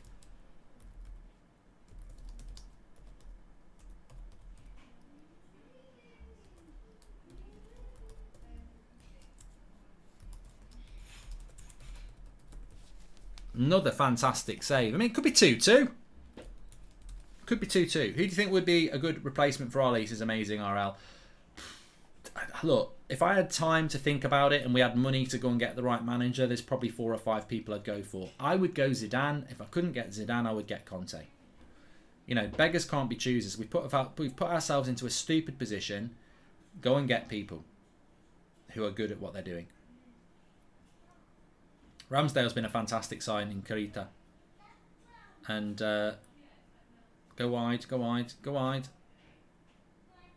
Go wide. Whip it. Maddison. Johnny Evans. Maddison's picked it up. Good turn. Oh, but let Arsenal here. I feel that there's either going to be a goal for Leicester or there's going to be a breakaway goal for Arsenal. I don't think this is going to stay 2-0.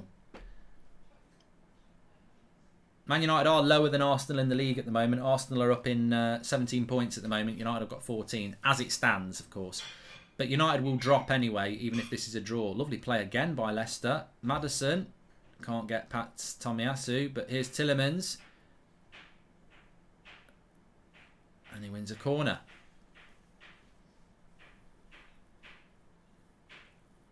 Who's the best signing of the season so far? Says light-hearted former. I mean, look, we are watching Arsenal, so I think that Tomiyasu's been very good for Arsenal. He's a first teamer. He's gone straight into the team. I mean, Grealish has done okay at City, but I wouldn't say, he's a very big price tag. You'd expect him to do okay. I wouldn't say any of the United lads have shone, have they? Chelsea,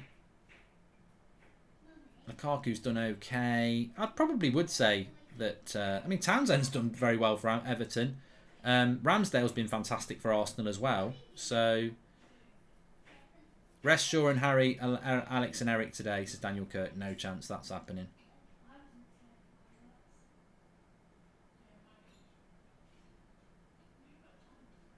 Oh.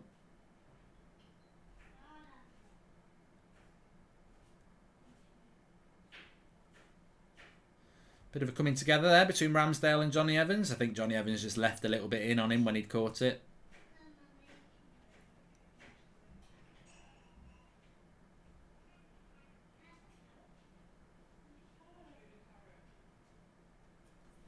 Probably did leave it. Damari Gray's been very good. I've got Damari Gray in my Fantasy Premier team.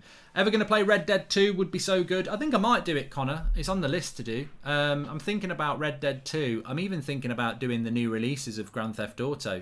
They're releasing the trilogy, aren't they? I might get it and just have a quick look. Oh, he's in. Harvey Barnes. Saved again. Ramsdale. What a keeper. What a keeper. Leicester are pushing here. Good play by Maddison. Harvey Barnes. And again. He's got to lift it over him, to be honest.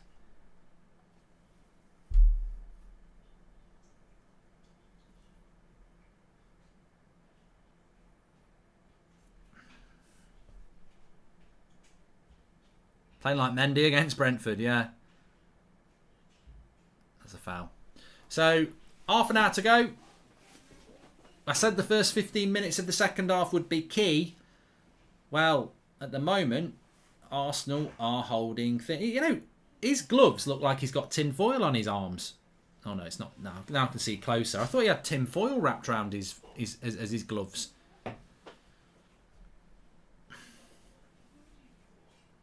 Leno is done out here.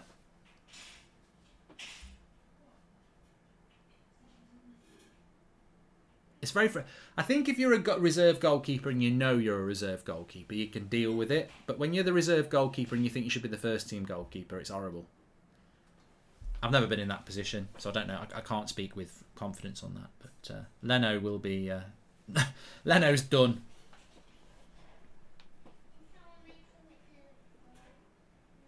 The trouble with Arsenal, though, is that I know some Arsenal fans who obviously are influencers, and they've got, and I'll give United fans credit here, that United players don't really do this, although a couple have, but like, I'm not going to say it. I was going to say they've got their numbers, so they're always going to be protecting those sort of players, and Leno's one of them. Leno to Newcastle could be an interesting one, yeah. I don't rate Leno as much as Ramsdale. I'm not saying he's a bad goalkeeper, but I think he's got a mistake in him, Leno. Every time I watched Arsenal, though, he always used to be making a mistake. I don't think Greenwood will start today, Daniel. I'd be very surprised if Greenwood starts, because Rashford will start, and what Ollie's got to do is you can't have a team that loses 5-0 and pick the same 11. He'd love to pick the same 11 because that was his best 11, but he can't do it because if he does do it, you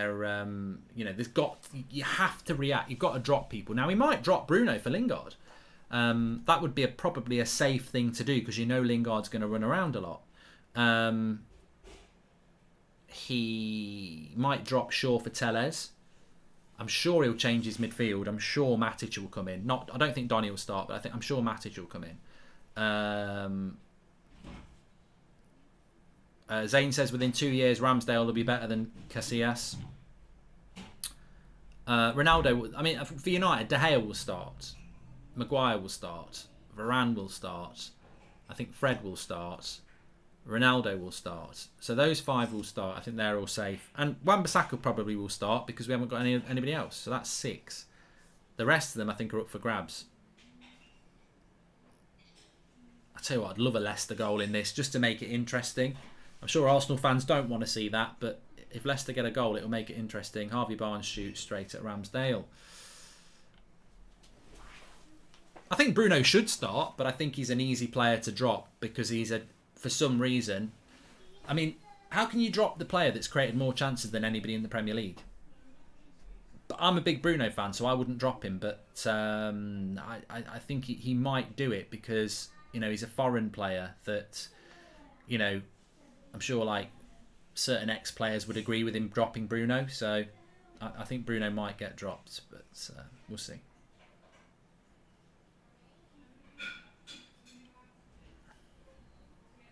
Please subscribe, by the way. Bottom right-hand corner, Arsenal looking like they're going to get a very good result here. Leicester have been better second half, but that first 20 minutes where they were terrible has really cost them in this game, giving Arsenal a 2-0 lead. And Ben White trusting his keeper there, goes back. Who do you think would win, Arsenal or Man United? At the moment, Jasper, I think Arsenal would beat us comfortably. Because they've got a style of play, they've got a system, they've got communication, chemistry, whatever you want to call it. United haven't got that. So United should be beating Arsenal with the players that we've got. But at the moment, I think it would be Arsenal.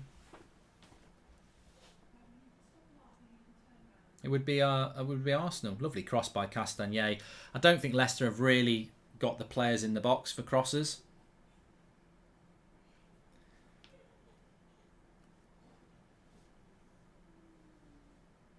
Oh, and then a cross comes in and Vardy misses it. It's a good cross as well.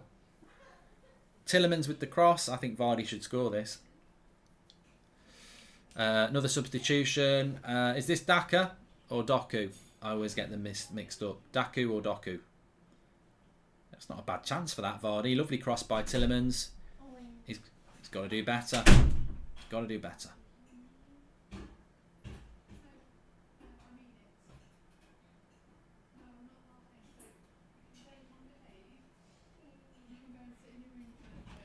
Zane playing. It's Luke Thomas, not Castagne. Sorry. The yellow card here for. It's Daka coming on. Johnny Evans gets a yellow card. Probably overdue. Of course, Aubameyang's not got his goal. I'd keep an eye on Aubameyang for Golden Boot as well. When Aubameyang's playing well for Arsenal, he'll churn out the goals, and when he churns out the goals, he's always up there for Golden Boot. Although I think Salah might have something to say about that this year. You're going to dress up for Halloween? Have got a Halloween suit. I can't remember where it is. I have to see if I can find it. Should have been a red. Some people are saying he should have got a red.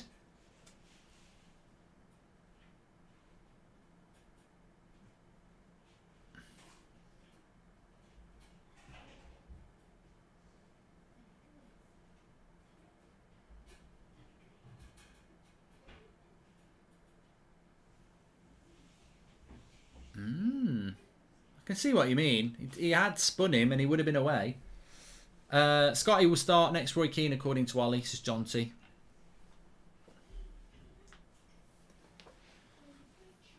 $20 minutes to go. Be a fantastic result for Arsenal. That's one thing I wanted to have a look at, actually. What is the next few fixtures for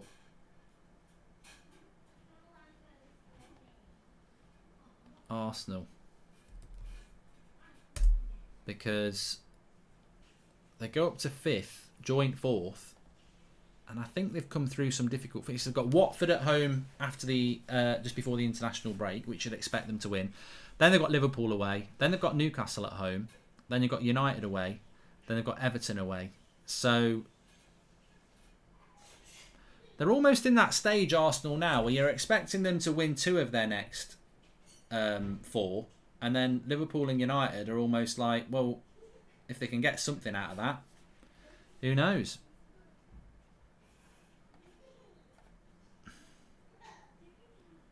Half and half fixtures, you call it, Slaving, yeah. I didn't notice this. Good save here. Aubameyang on the back post. Schmeichel with his foot.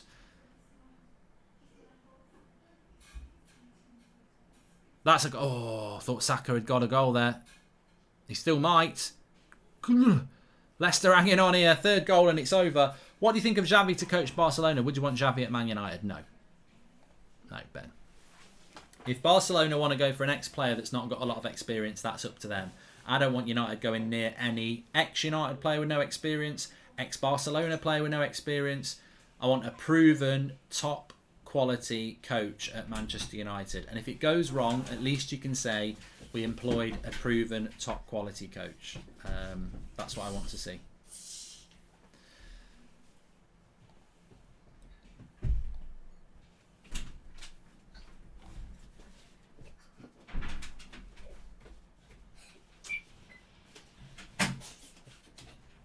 What was your thoughts on the United fan who got Firmino's football shirt? Here's Saka. He shoots it over. At the end of the day, it's the modern football fan, I suppose, isn't it? You know, basically what happened is a United fan by the tunnel asked Firmino for his shirt and he got it. You know what? In fairness, I can see both sides. At the end of the day, you're always going to get criticised, but football's changed. Like, the rivalries that I have with certain teams, I don't think younger fans really have it. I think people are more educated on their football. So, you know, I think people can say Mo Salah's one of the best players in the world. But as a United fan, some people won't say it because he's a Liverpool player. So, would I have been there getting Firmino's shirt? God, no. But I think the modern football fan, probably some people would do that because they think he's a decent player and I've got his shirt, and that, you know, they want to do it. I mean, you can criticise it, of course you can. That's the world we live in. Of course you can disagree with it, you can have an opinion on it. But if that lad wanted to do that, and he wanted to do that because he wants Firmino's shirt, because he's a footballer who he idolises, then, you know, he wants to do it. Arsenal look like they're going to get the third goal here. They've gone up a gear. Leicester were looking like they were going to get one back, but it's Arsenal now who are controlling this game. I mean, I suppose, put it a different way. If Mo Salah's walking past and he's offering up his shirt, should all United fans go swivel on it? You know, it's a collector's item, isn't it? I wouldn't take it because I'm not interested in getting shirts off anybody. I mean, the only shirt I would really want is probably Ronaldo or Messi. So, and I don't. I mean, that's a great point in itself. I don't think people are moaning about the fact that a United fan is taking a shirt, because if it was Messi, people wouldn't have a problem with it.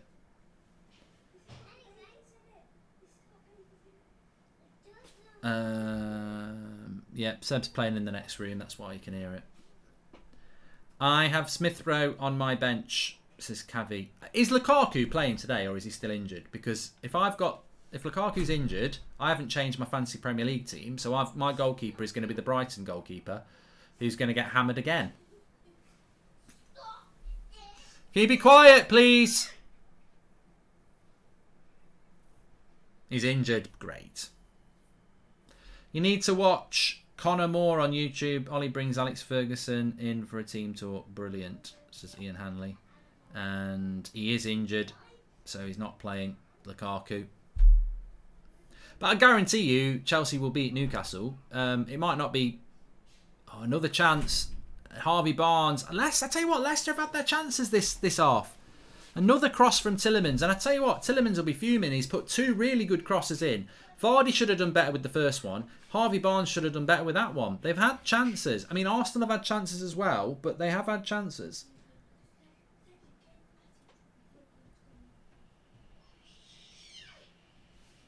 Yeah, the lineups will be coming out for the 3 o'clock kickoffs. Remember, it's because it's Champions League week. Liverpool, Man City. Tea, please. Norm.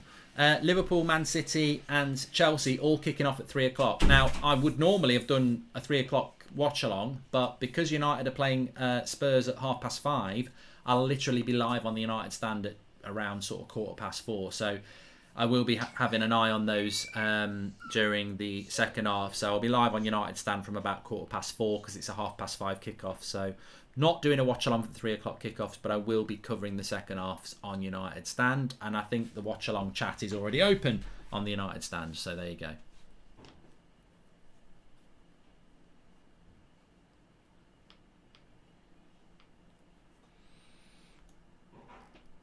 just interesting there, looking at the Leicester fans moaning about being crap and this, that and the other. It's interesting, isn't it? Because people think this is just reserved for Arsenal and United, because United and Arsenal fans are, very vocal and they have outlets to be vocal. But Leicester fans will not be happy with the start to their season. They beat United, they beat Brentford, which is a good 6 points, and they think they're on a good run, and then they turn up against Arsenal, who aren't really respected. They've got a lot to do to build that respect back again, and Leicester would have fancied a result today, and then they've been comprehensively beaten so far.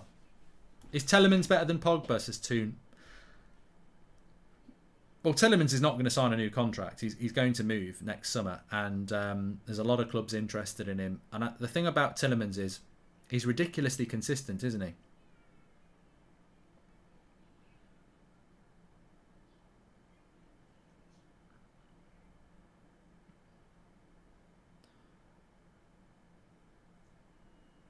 Arsenal got the ball here. There's an injury to the lad up front, but he's got back on his feet now.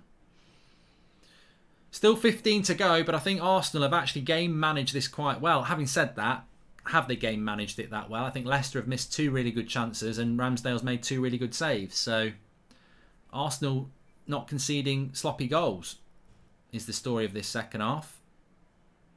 But you score 2 goals away, you expect to get a result.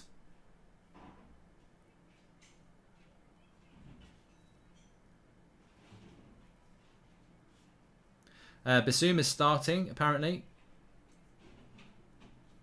He's definitely starting. A lot of people are talking about.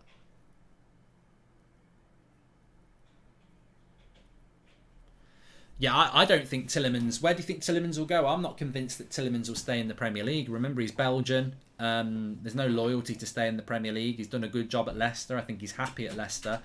I would say that Tielemans is more likely to go to a... Bayern Munich or a Barcelona or a Real Madrid or someone like that. Thanks for the super chat from Fury. He says, does this result show how bad United have been this season? We got dominated by Leicester. This has been fairly comfortable for Arsenal. Yeah, good point.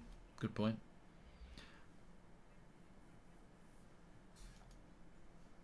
Tielemans won't go to Newcastle. No, he's too good. He'll want to go to a team that can win things. He's done a good job at Leicester, but he'll want to go somewhere he can win. Thoughts on Konate at Liverpool, Mark, says whoever. I think it's a really good signing for Liverpool, but it's very difficult to get into the team, isn't it? Because, Matip's massively underrated. Van Dijk's one of the best centre-backs in the world. Joe Gomez is a decent centre-back. So, for Konate, it's maybe a year of transition. Played very well against United, but it's that step up, isn't it? He's starting again today as well. So I think he's a very good signing for Liverpool looking long term because of his age. 4 years' time, he might be one of the best centre-backs in the world. 4 years' time, Van Dijk probably won't be. So it's a good signing for Liverpool. And Klopp's very good at rotating his team and keeping core players happy, isn't he? So I can see it working. But I think some people think you buy a player, they've got to go straight into the team. I think if you buy Jadon Sancho for 74 million or Jack Grealish for 100 million, you'd expect them to go straight into your team. But some players you're thinking further forward than that. Again, Harvey Barnes gets in, and again Ramsdale does his job. Do I like Klopp, says Kit? I do like Klopp. I tried not to like Klopp when he went to Liverpool, but style of play, the way he acts, I think Liverpool fans must be and are overjoyed to have a coach like that. I don't want him to do well. I'd like him to get relegated, but you can't close your eyes to quality. Van Dijk's quality, Salah's quality, Klopp is quality.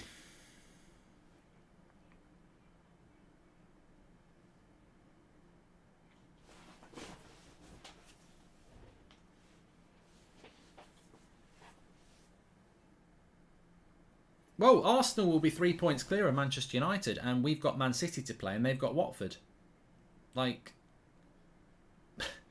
Going into the next international break, we could be 6 points behind Arsenal. I think we'll at least be 3.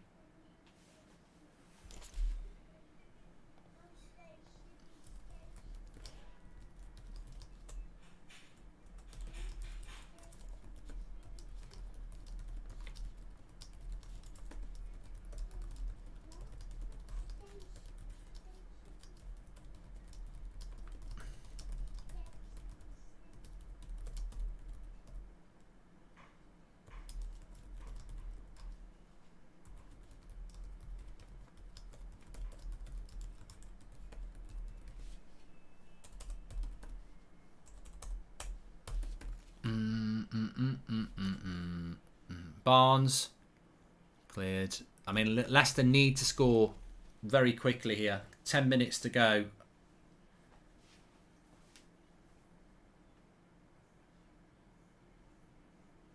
I can't see it happening. Thomas says, Mark, would you take Arteta to United if it was possible to do so now? No.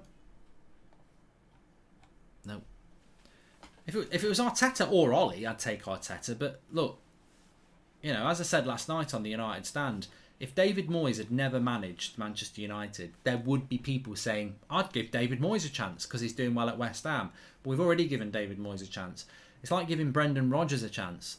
If there's an element of risk, I wouldn't do it. What's the risk with Conte? Oh, he's a bit volatile and his football might not be that great, but he does win things. What's the risk with Zidane?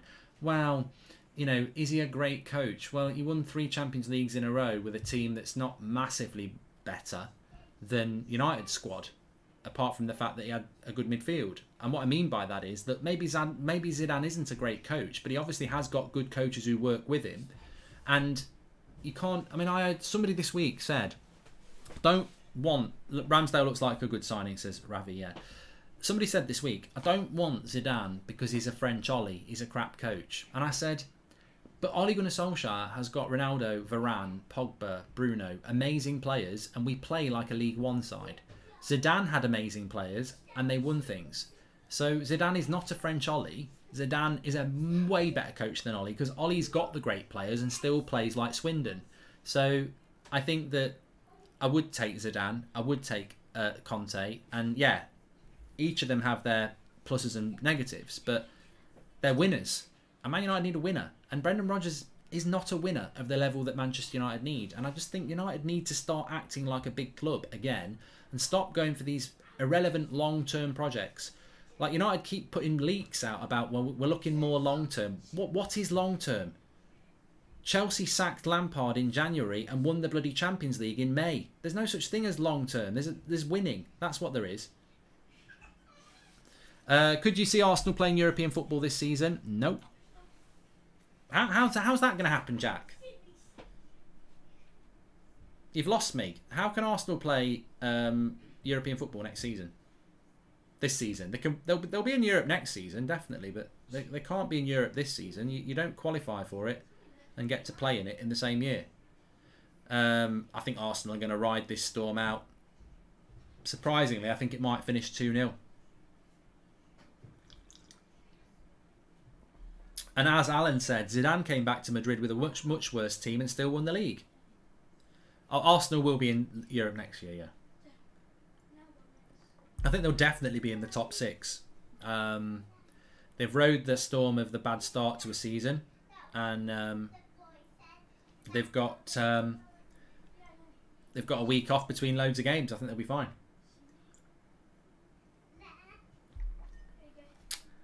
Boom, boom, boom, boom, boom, boom, boom, boom, boom. I am looking forward to the United game today. I just don't know how I'm going to feel about it, and I think at least that's an honest opinion on United. I don't know how I'm going to feel. I'm very angry. I'm furious with Ollie. I'm not happy with some of the players, and one game is not going to make me happy with them. I think today is an apology from the fans. It needs to be an apology. And if they do that, then they will get a bit of support. But it's the start. It's apology number 1. That's what it is. And look, hopefully Harry Kane will continue. Because he's been crap this season, hasn't he? It doesn't look anything like... And it's interesting that Harry Kane, though. Harry Kane's been poor this season. Mason Mount's been poor this season.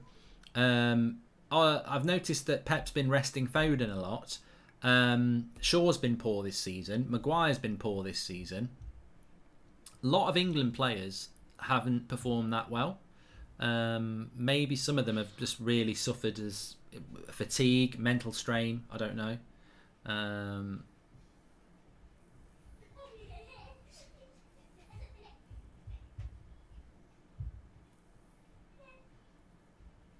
Oh, you know what? People are just... I don't think you belong on this channel if you're a flip-flop. People are telling me now Mount scored a hat-trick. I've watched Mason Mount play this season. He's not playing as well. He's not playing as consistently well as he has done for the last 2 years.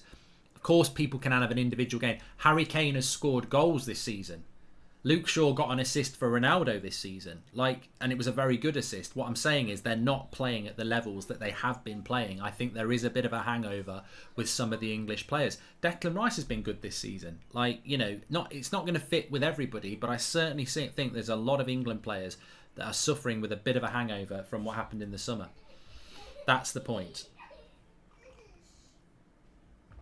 And also, Mount did it against Norwich. I could score a hat-trick against Norwich.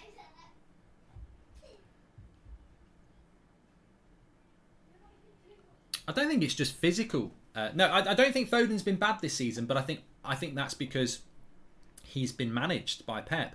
Interestingly, Grealish has started a lot of games for Man City, and I think that's because he wasn't massively involved in the Euros.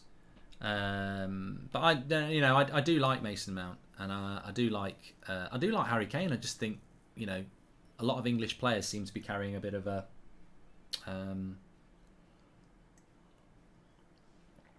hangover. Harry Kane will probably score a hat-trick tonight. Oh, I lost to Norwich in FIFA. Okay, yeah, because FIFA's real. I don't think I'll do a watch-along for Wolves versus Everton. I might do, but I think it'll be a bit boring. Before all now.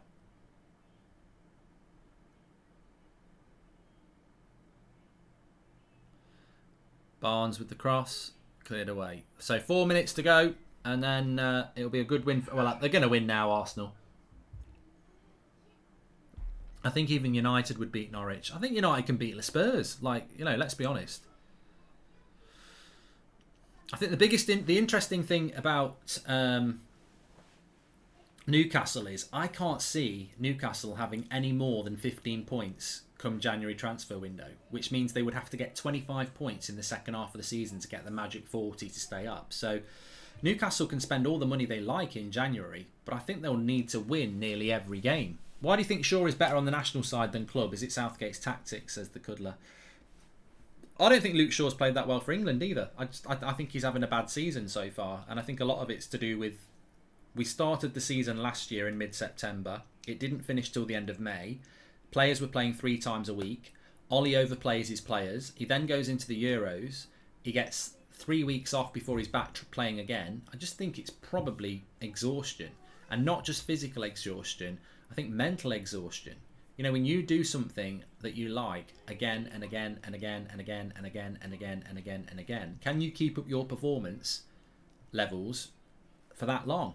So, yes, United stand is Spurs against Tottenham. The chat is open already, and I will be live on there at about 20 past 4. So I will be covering the second halves of the 3 o'clock kickoffs as well. So make sure you get yourself onto United stand for that. Mohammed says Foden's been great this season. You know what? Instead of wasting super chats, why don't you engage your brain and listen to what I said? I said a lot of English players are not playing to the levels they can do this season. A lot of the English players who played in the Euros. Foden has not started that many games under Pep. Doesn't mean I didn't say Foden played bad. I didn't say Mount had been playing bad. I said they've not been playing to the levels that they can play, and Pep is clearly not using Foden as much because he's probably trying to give him a bit of a rest at the start of the season. I've seen Mason Mount play a few times. I don't think he's playing at the levels he was a year ago. Probably needs a bit of a rest himself. Luke Shaw, Harry Maguire, I've seen firsthand. They don't look anywhere near their best. Harry Kane looks nowhere near his best. You could go on and on.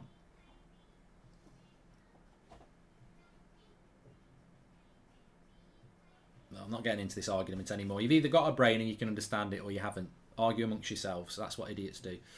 Right, a minute to go. Fantastic win for Arsenal, this. I've got to applaud it. I don't like it, but I've got to applaud it. Massively disappointing for Leicester. You beat United at home. That's a difficult win. You go to Brentford and you win. That's a difficult game. You got Arsenal at home and you think, right, 9 points from 9. 3 big wins. Our season's back on track. What do? They're 2-0 down in no time, and they've given themselves a mountain to climb. From Arsenal's point of view, that last-minute equaliser against Palace looks very good now. Took Villa apart. Took Leicester apart in the first half. improvement, consistency, chemistry, stability. These are the foundations of success, and Arsenal are starting to see it.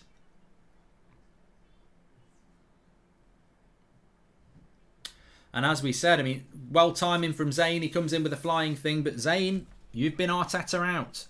Mark, if Tottenham were to beat United by 4 or 5, do you think Ollie would be gone before City? No. Mate, we've just lost 5-0 at home to Liverpool. He's still in a job. The standards that you think exist at Manchester United no longer exist anymore. We've had rival fans singing Ollie's at the wheel. We lost 5-0 at home to Liverpool, and people think if we lose to Spurs, they'll sack him. They've destroyed the standards of this football club. I said this during the week. If United's board can make it acceptable to lose 5-0 at home to Liverpool, there is no result in football that you know they're going to sack him for. The rules have changed. They really have. I don't agree with them, but they've changed the rules. But look, back to Arsenal. Really interesting. We know these big mouths who've been going on about Arteta out. Well, you know, they're looking a bit stupid now, aren't they?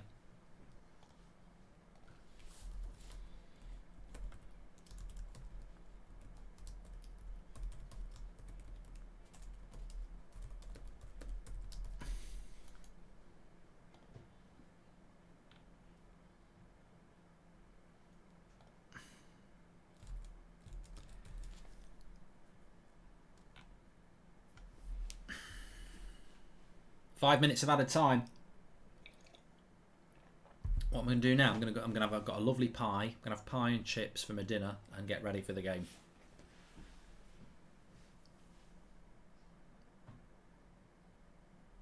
I don't acknowledge irrelevant influencers, which is why I don't really talk about anybody. I'm not interested in that. Can't be doing with it. They want to talk my name. They're doing it for a reason. I don't get involved in that sort of thing anymore. It is a beef pie with red wine gravy. Beautiful. Make sure you're on the United stand later, because my smile could be going to despair. Arsenal are above Manchester United now by 3 points, by the way. United dropped down to 8th, I think.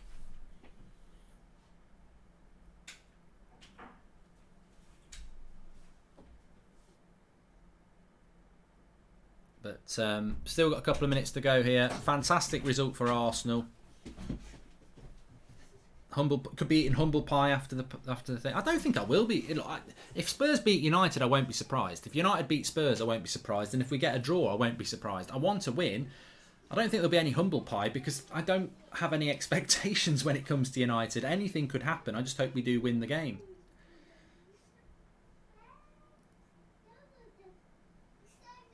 Apology bridge. What have I got to apologise for? Get the pie on a roll. 3 points clear, and it's not even Christmas, says Dante. The owners are pathetic devils. Yeah, but make sure you tune in to the United stand. The chat's already open if you want to get over in the chat. We'll be live in about 4:20, so I'll be doing all the match build-up, plus covering the 3 o'clock second half. So United stand at 4:20 for that.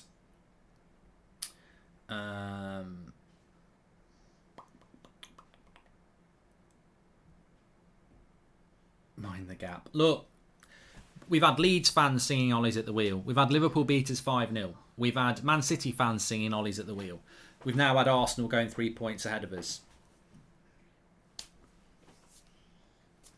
All I can say is I know. I know. We are an embarrassment as a football club. It's as simple as that. I'm not going to deny it. You know, we drowned under the custard pies that we're getting at the moment. Custard pies. We're a banter football club, and it's because of who owns us. It is what it is. But what I would say is, my only defence, my only comeback against Arsenal fans is, you prats who a year ago who were going on at me saying, oh, you only want us to keep Arteta because you want him to be rubbish. I didn't. I saw with Arteta a year ago that you should stick with him, that he was trying to build something, that it was going to take some time, and now it's coming to fruition. And the problem is, when you go out, when you start calling for a manager to be sacked, you better know a bit about football before you do it. Because you've got a few people in your fan base who are probably still Arteta out, and it's just pure stubbornness. They don't know football. They're watching games through God knows how they're watching it, but they're not watching it and understanding that it's going to take a bit of time. And as I said, Ole Gunnar Solskjaer, for his first two and a half years, you could see his stability, second and third, and there was always concerns about the football, but we were getting a bit of stability. It's taken 2.5 years for people to realise that actually it's just been getting by on moments, fine margins, individualism, parking the bus, counter-attacking football, no style of play, and it's time to go. It's and a lot of people can safely say Ole out, and if we beat Spurs today, I'll still say Ole out, and if we beat Man City, I'll still say Ole out. I ain't coming back from this unless we start playing fantastic football and we win the Premier League, but I think too many Arsenal fans jumped too early on Arteta. And what are they going to do now? Oh, wow, I was right to say Arteta out a year ago because we were playing rubbish, but now we're playing well. Well, no, you're digging an even bigger grave of your own inexperience about football, because a year ago, Arsenal were in a worse position than they are now, but he's had time to buy players. He's had time to build a team, and he's had longer to, start, bringing that chemistry, structure and style of play. If you don't understand football, you were saying Arteta out a year ago. Arsenal are a club that even now, you're going to lose some games. Liverpool will beat you after the international break. If United get Conte, we might beat you. We might not. I don't know. But what I'm saying is, you will definitely lose a couple of games before Christmas. But 5th place for Arsenal is a brilliant season. And 4th place is there. It's up for grabs. Arsenal this year is about 5th, and if you get 4th, build a statue, and then next year it's about trying to get into 4th, and that's the Arsenal journey. Unfortunately, you've got people in your fan base who still think you should win the league, and it's about patience. Arsenal need some bloody patience, and I'll tell you what, I think there's a snobbery around Arteta. I think certain Arsenal fans just want Ancelotti or something like that, and actually I think Arsenal have got a glimmer of what we thought we would get under Ole. You've got an ex-player playing a good brand of football, building something. And United have got an ex-player playing a bad brand of football who's ultimately now destroying something.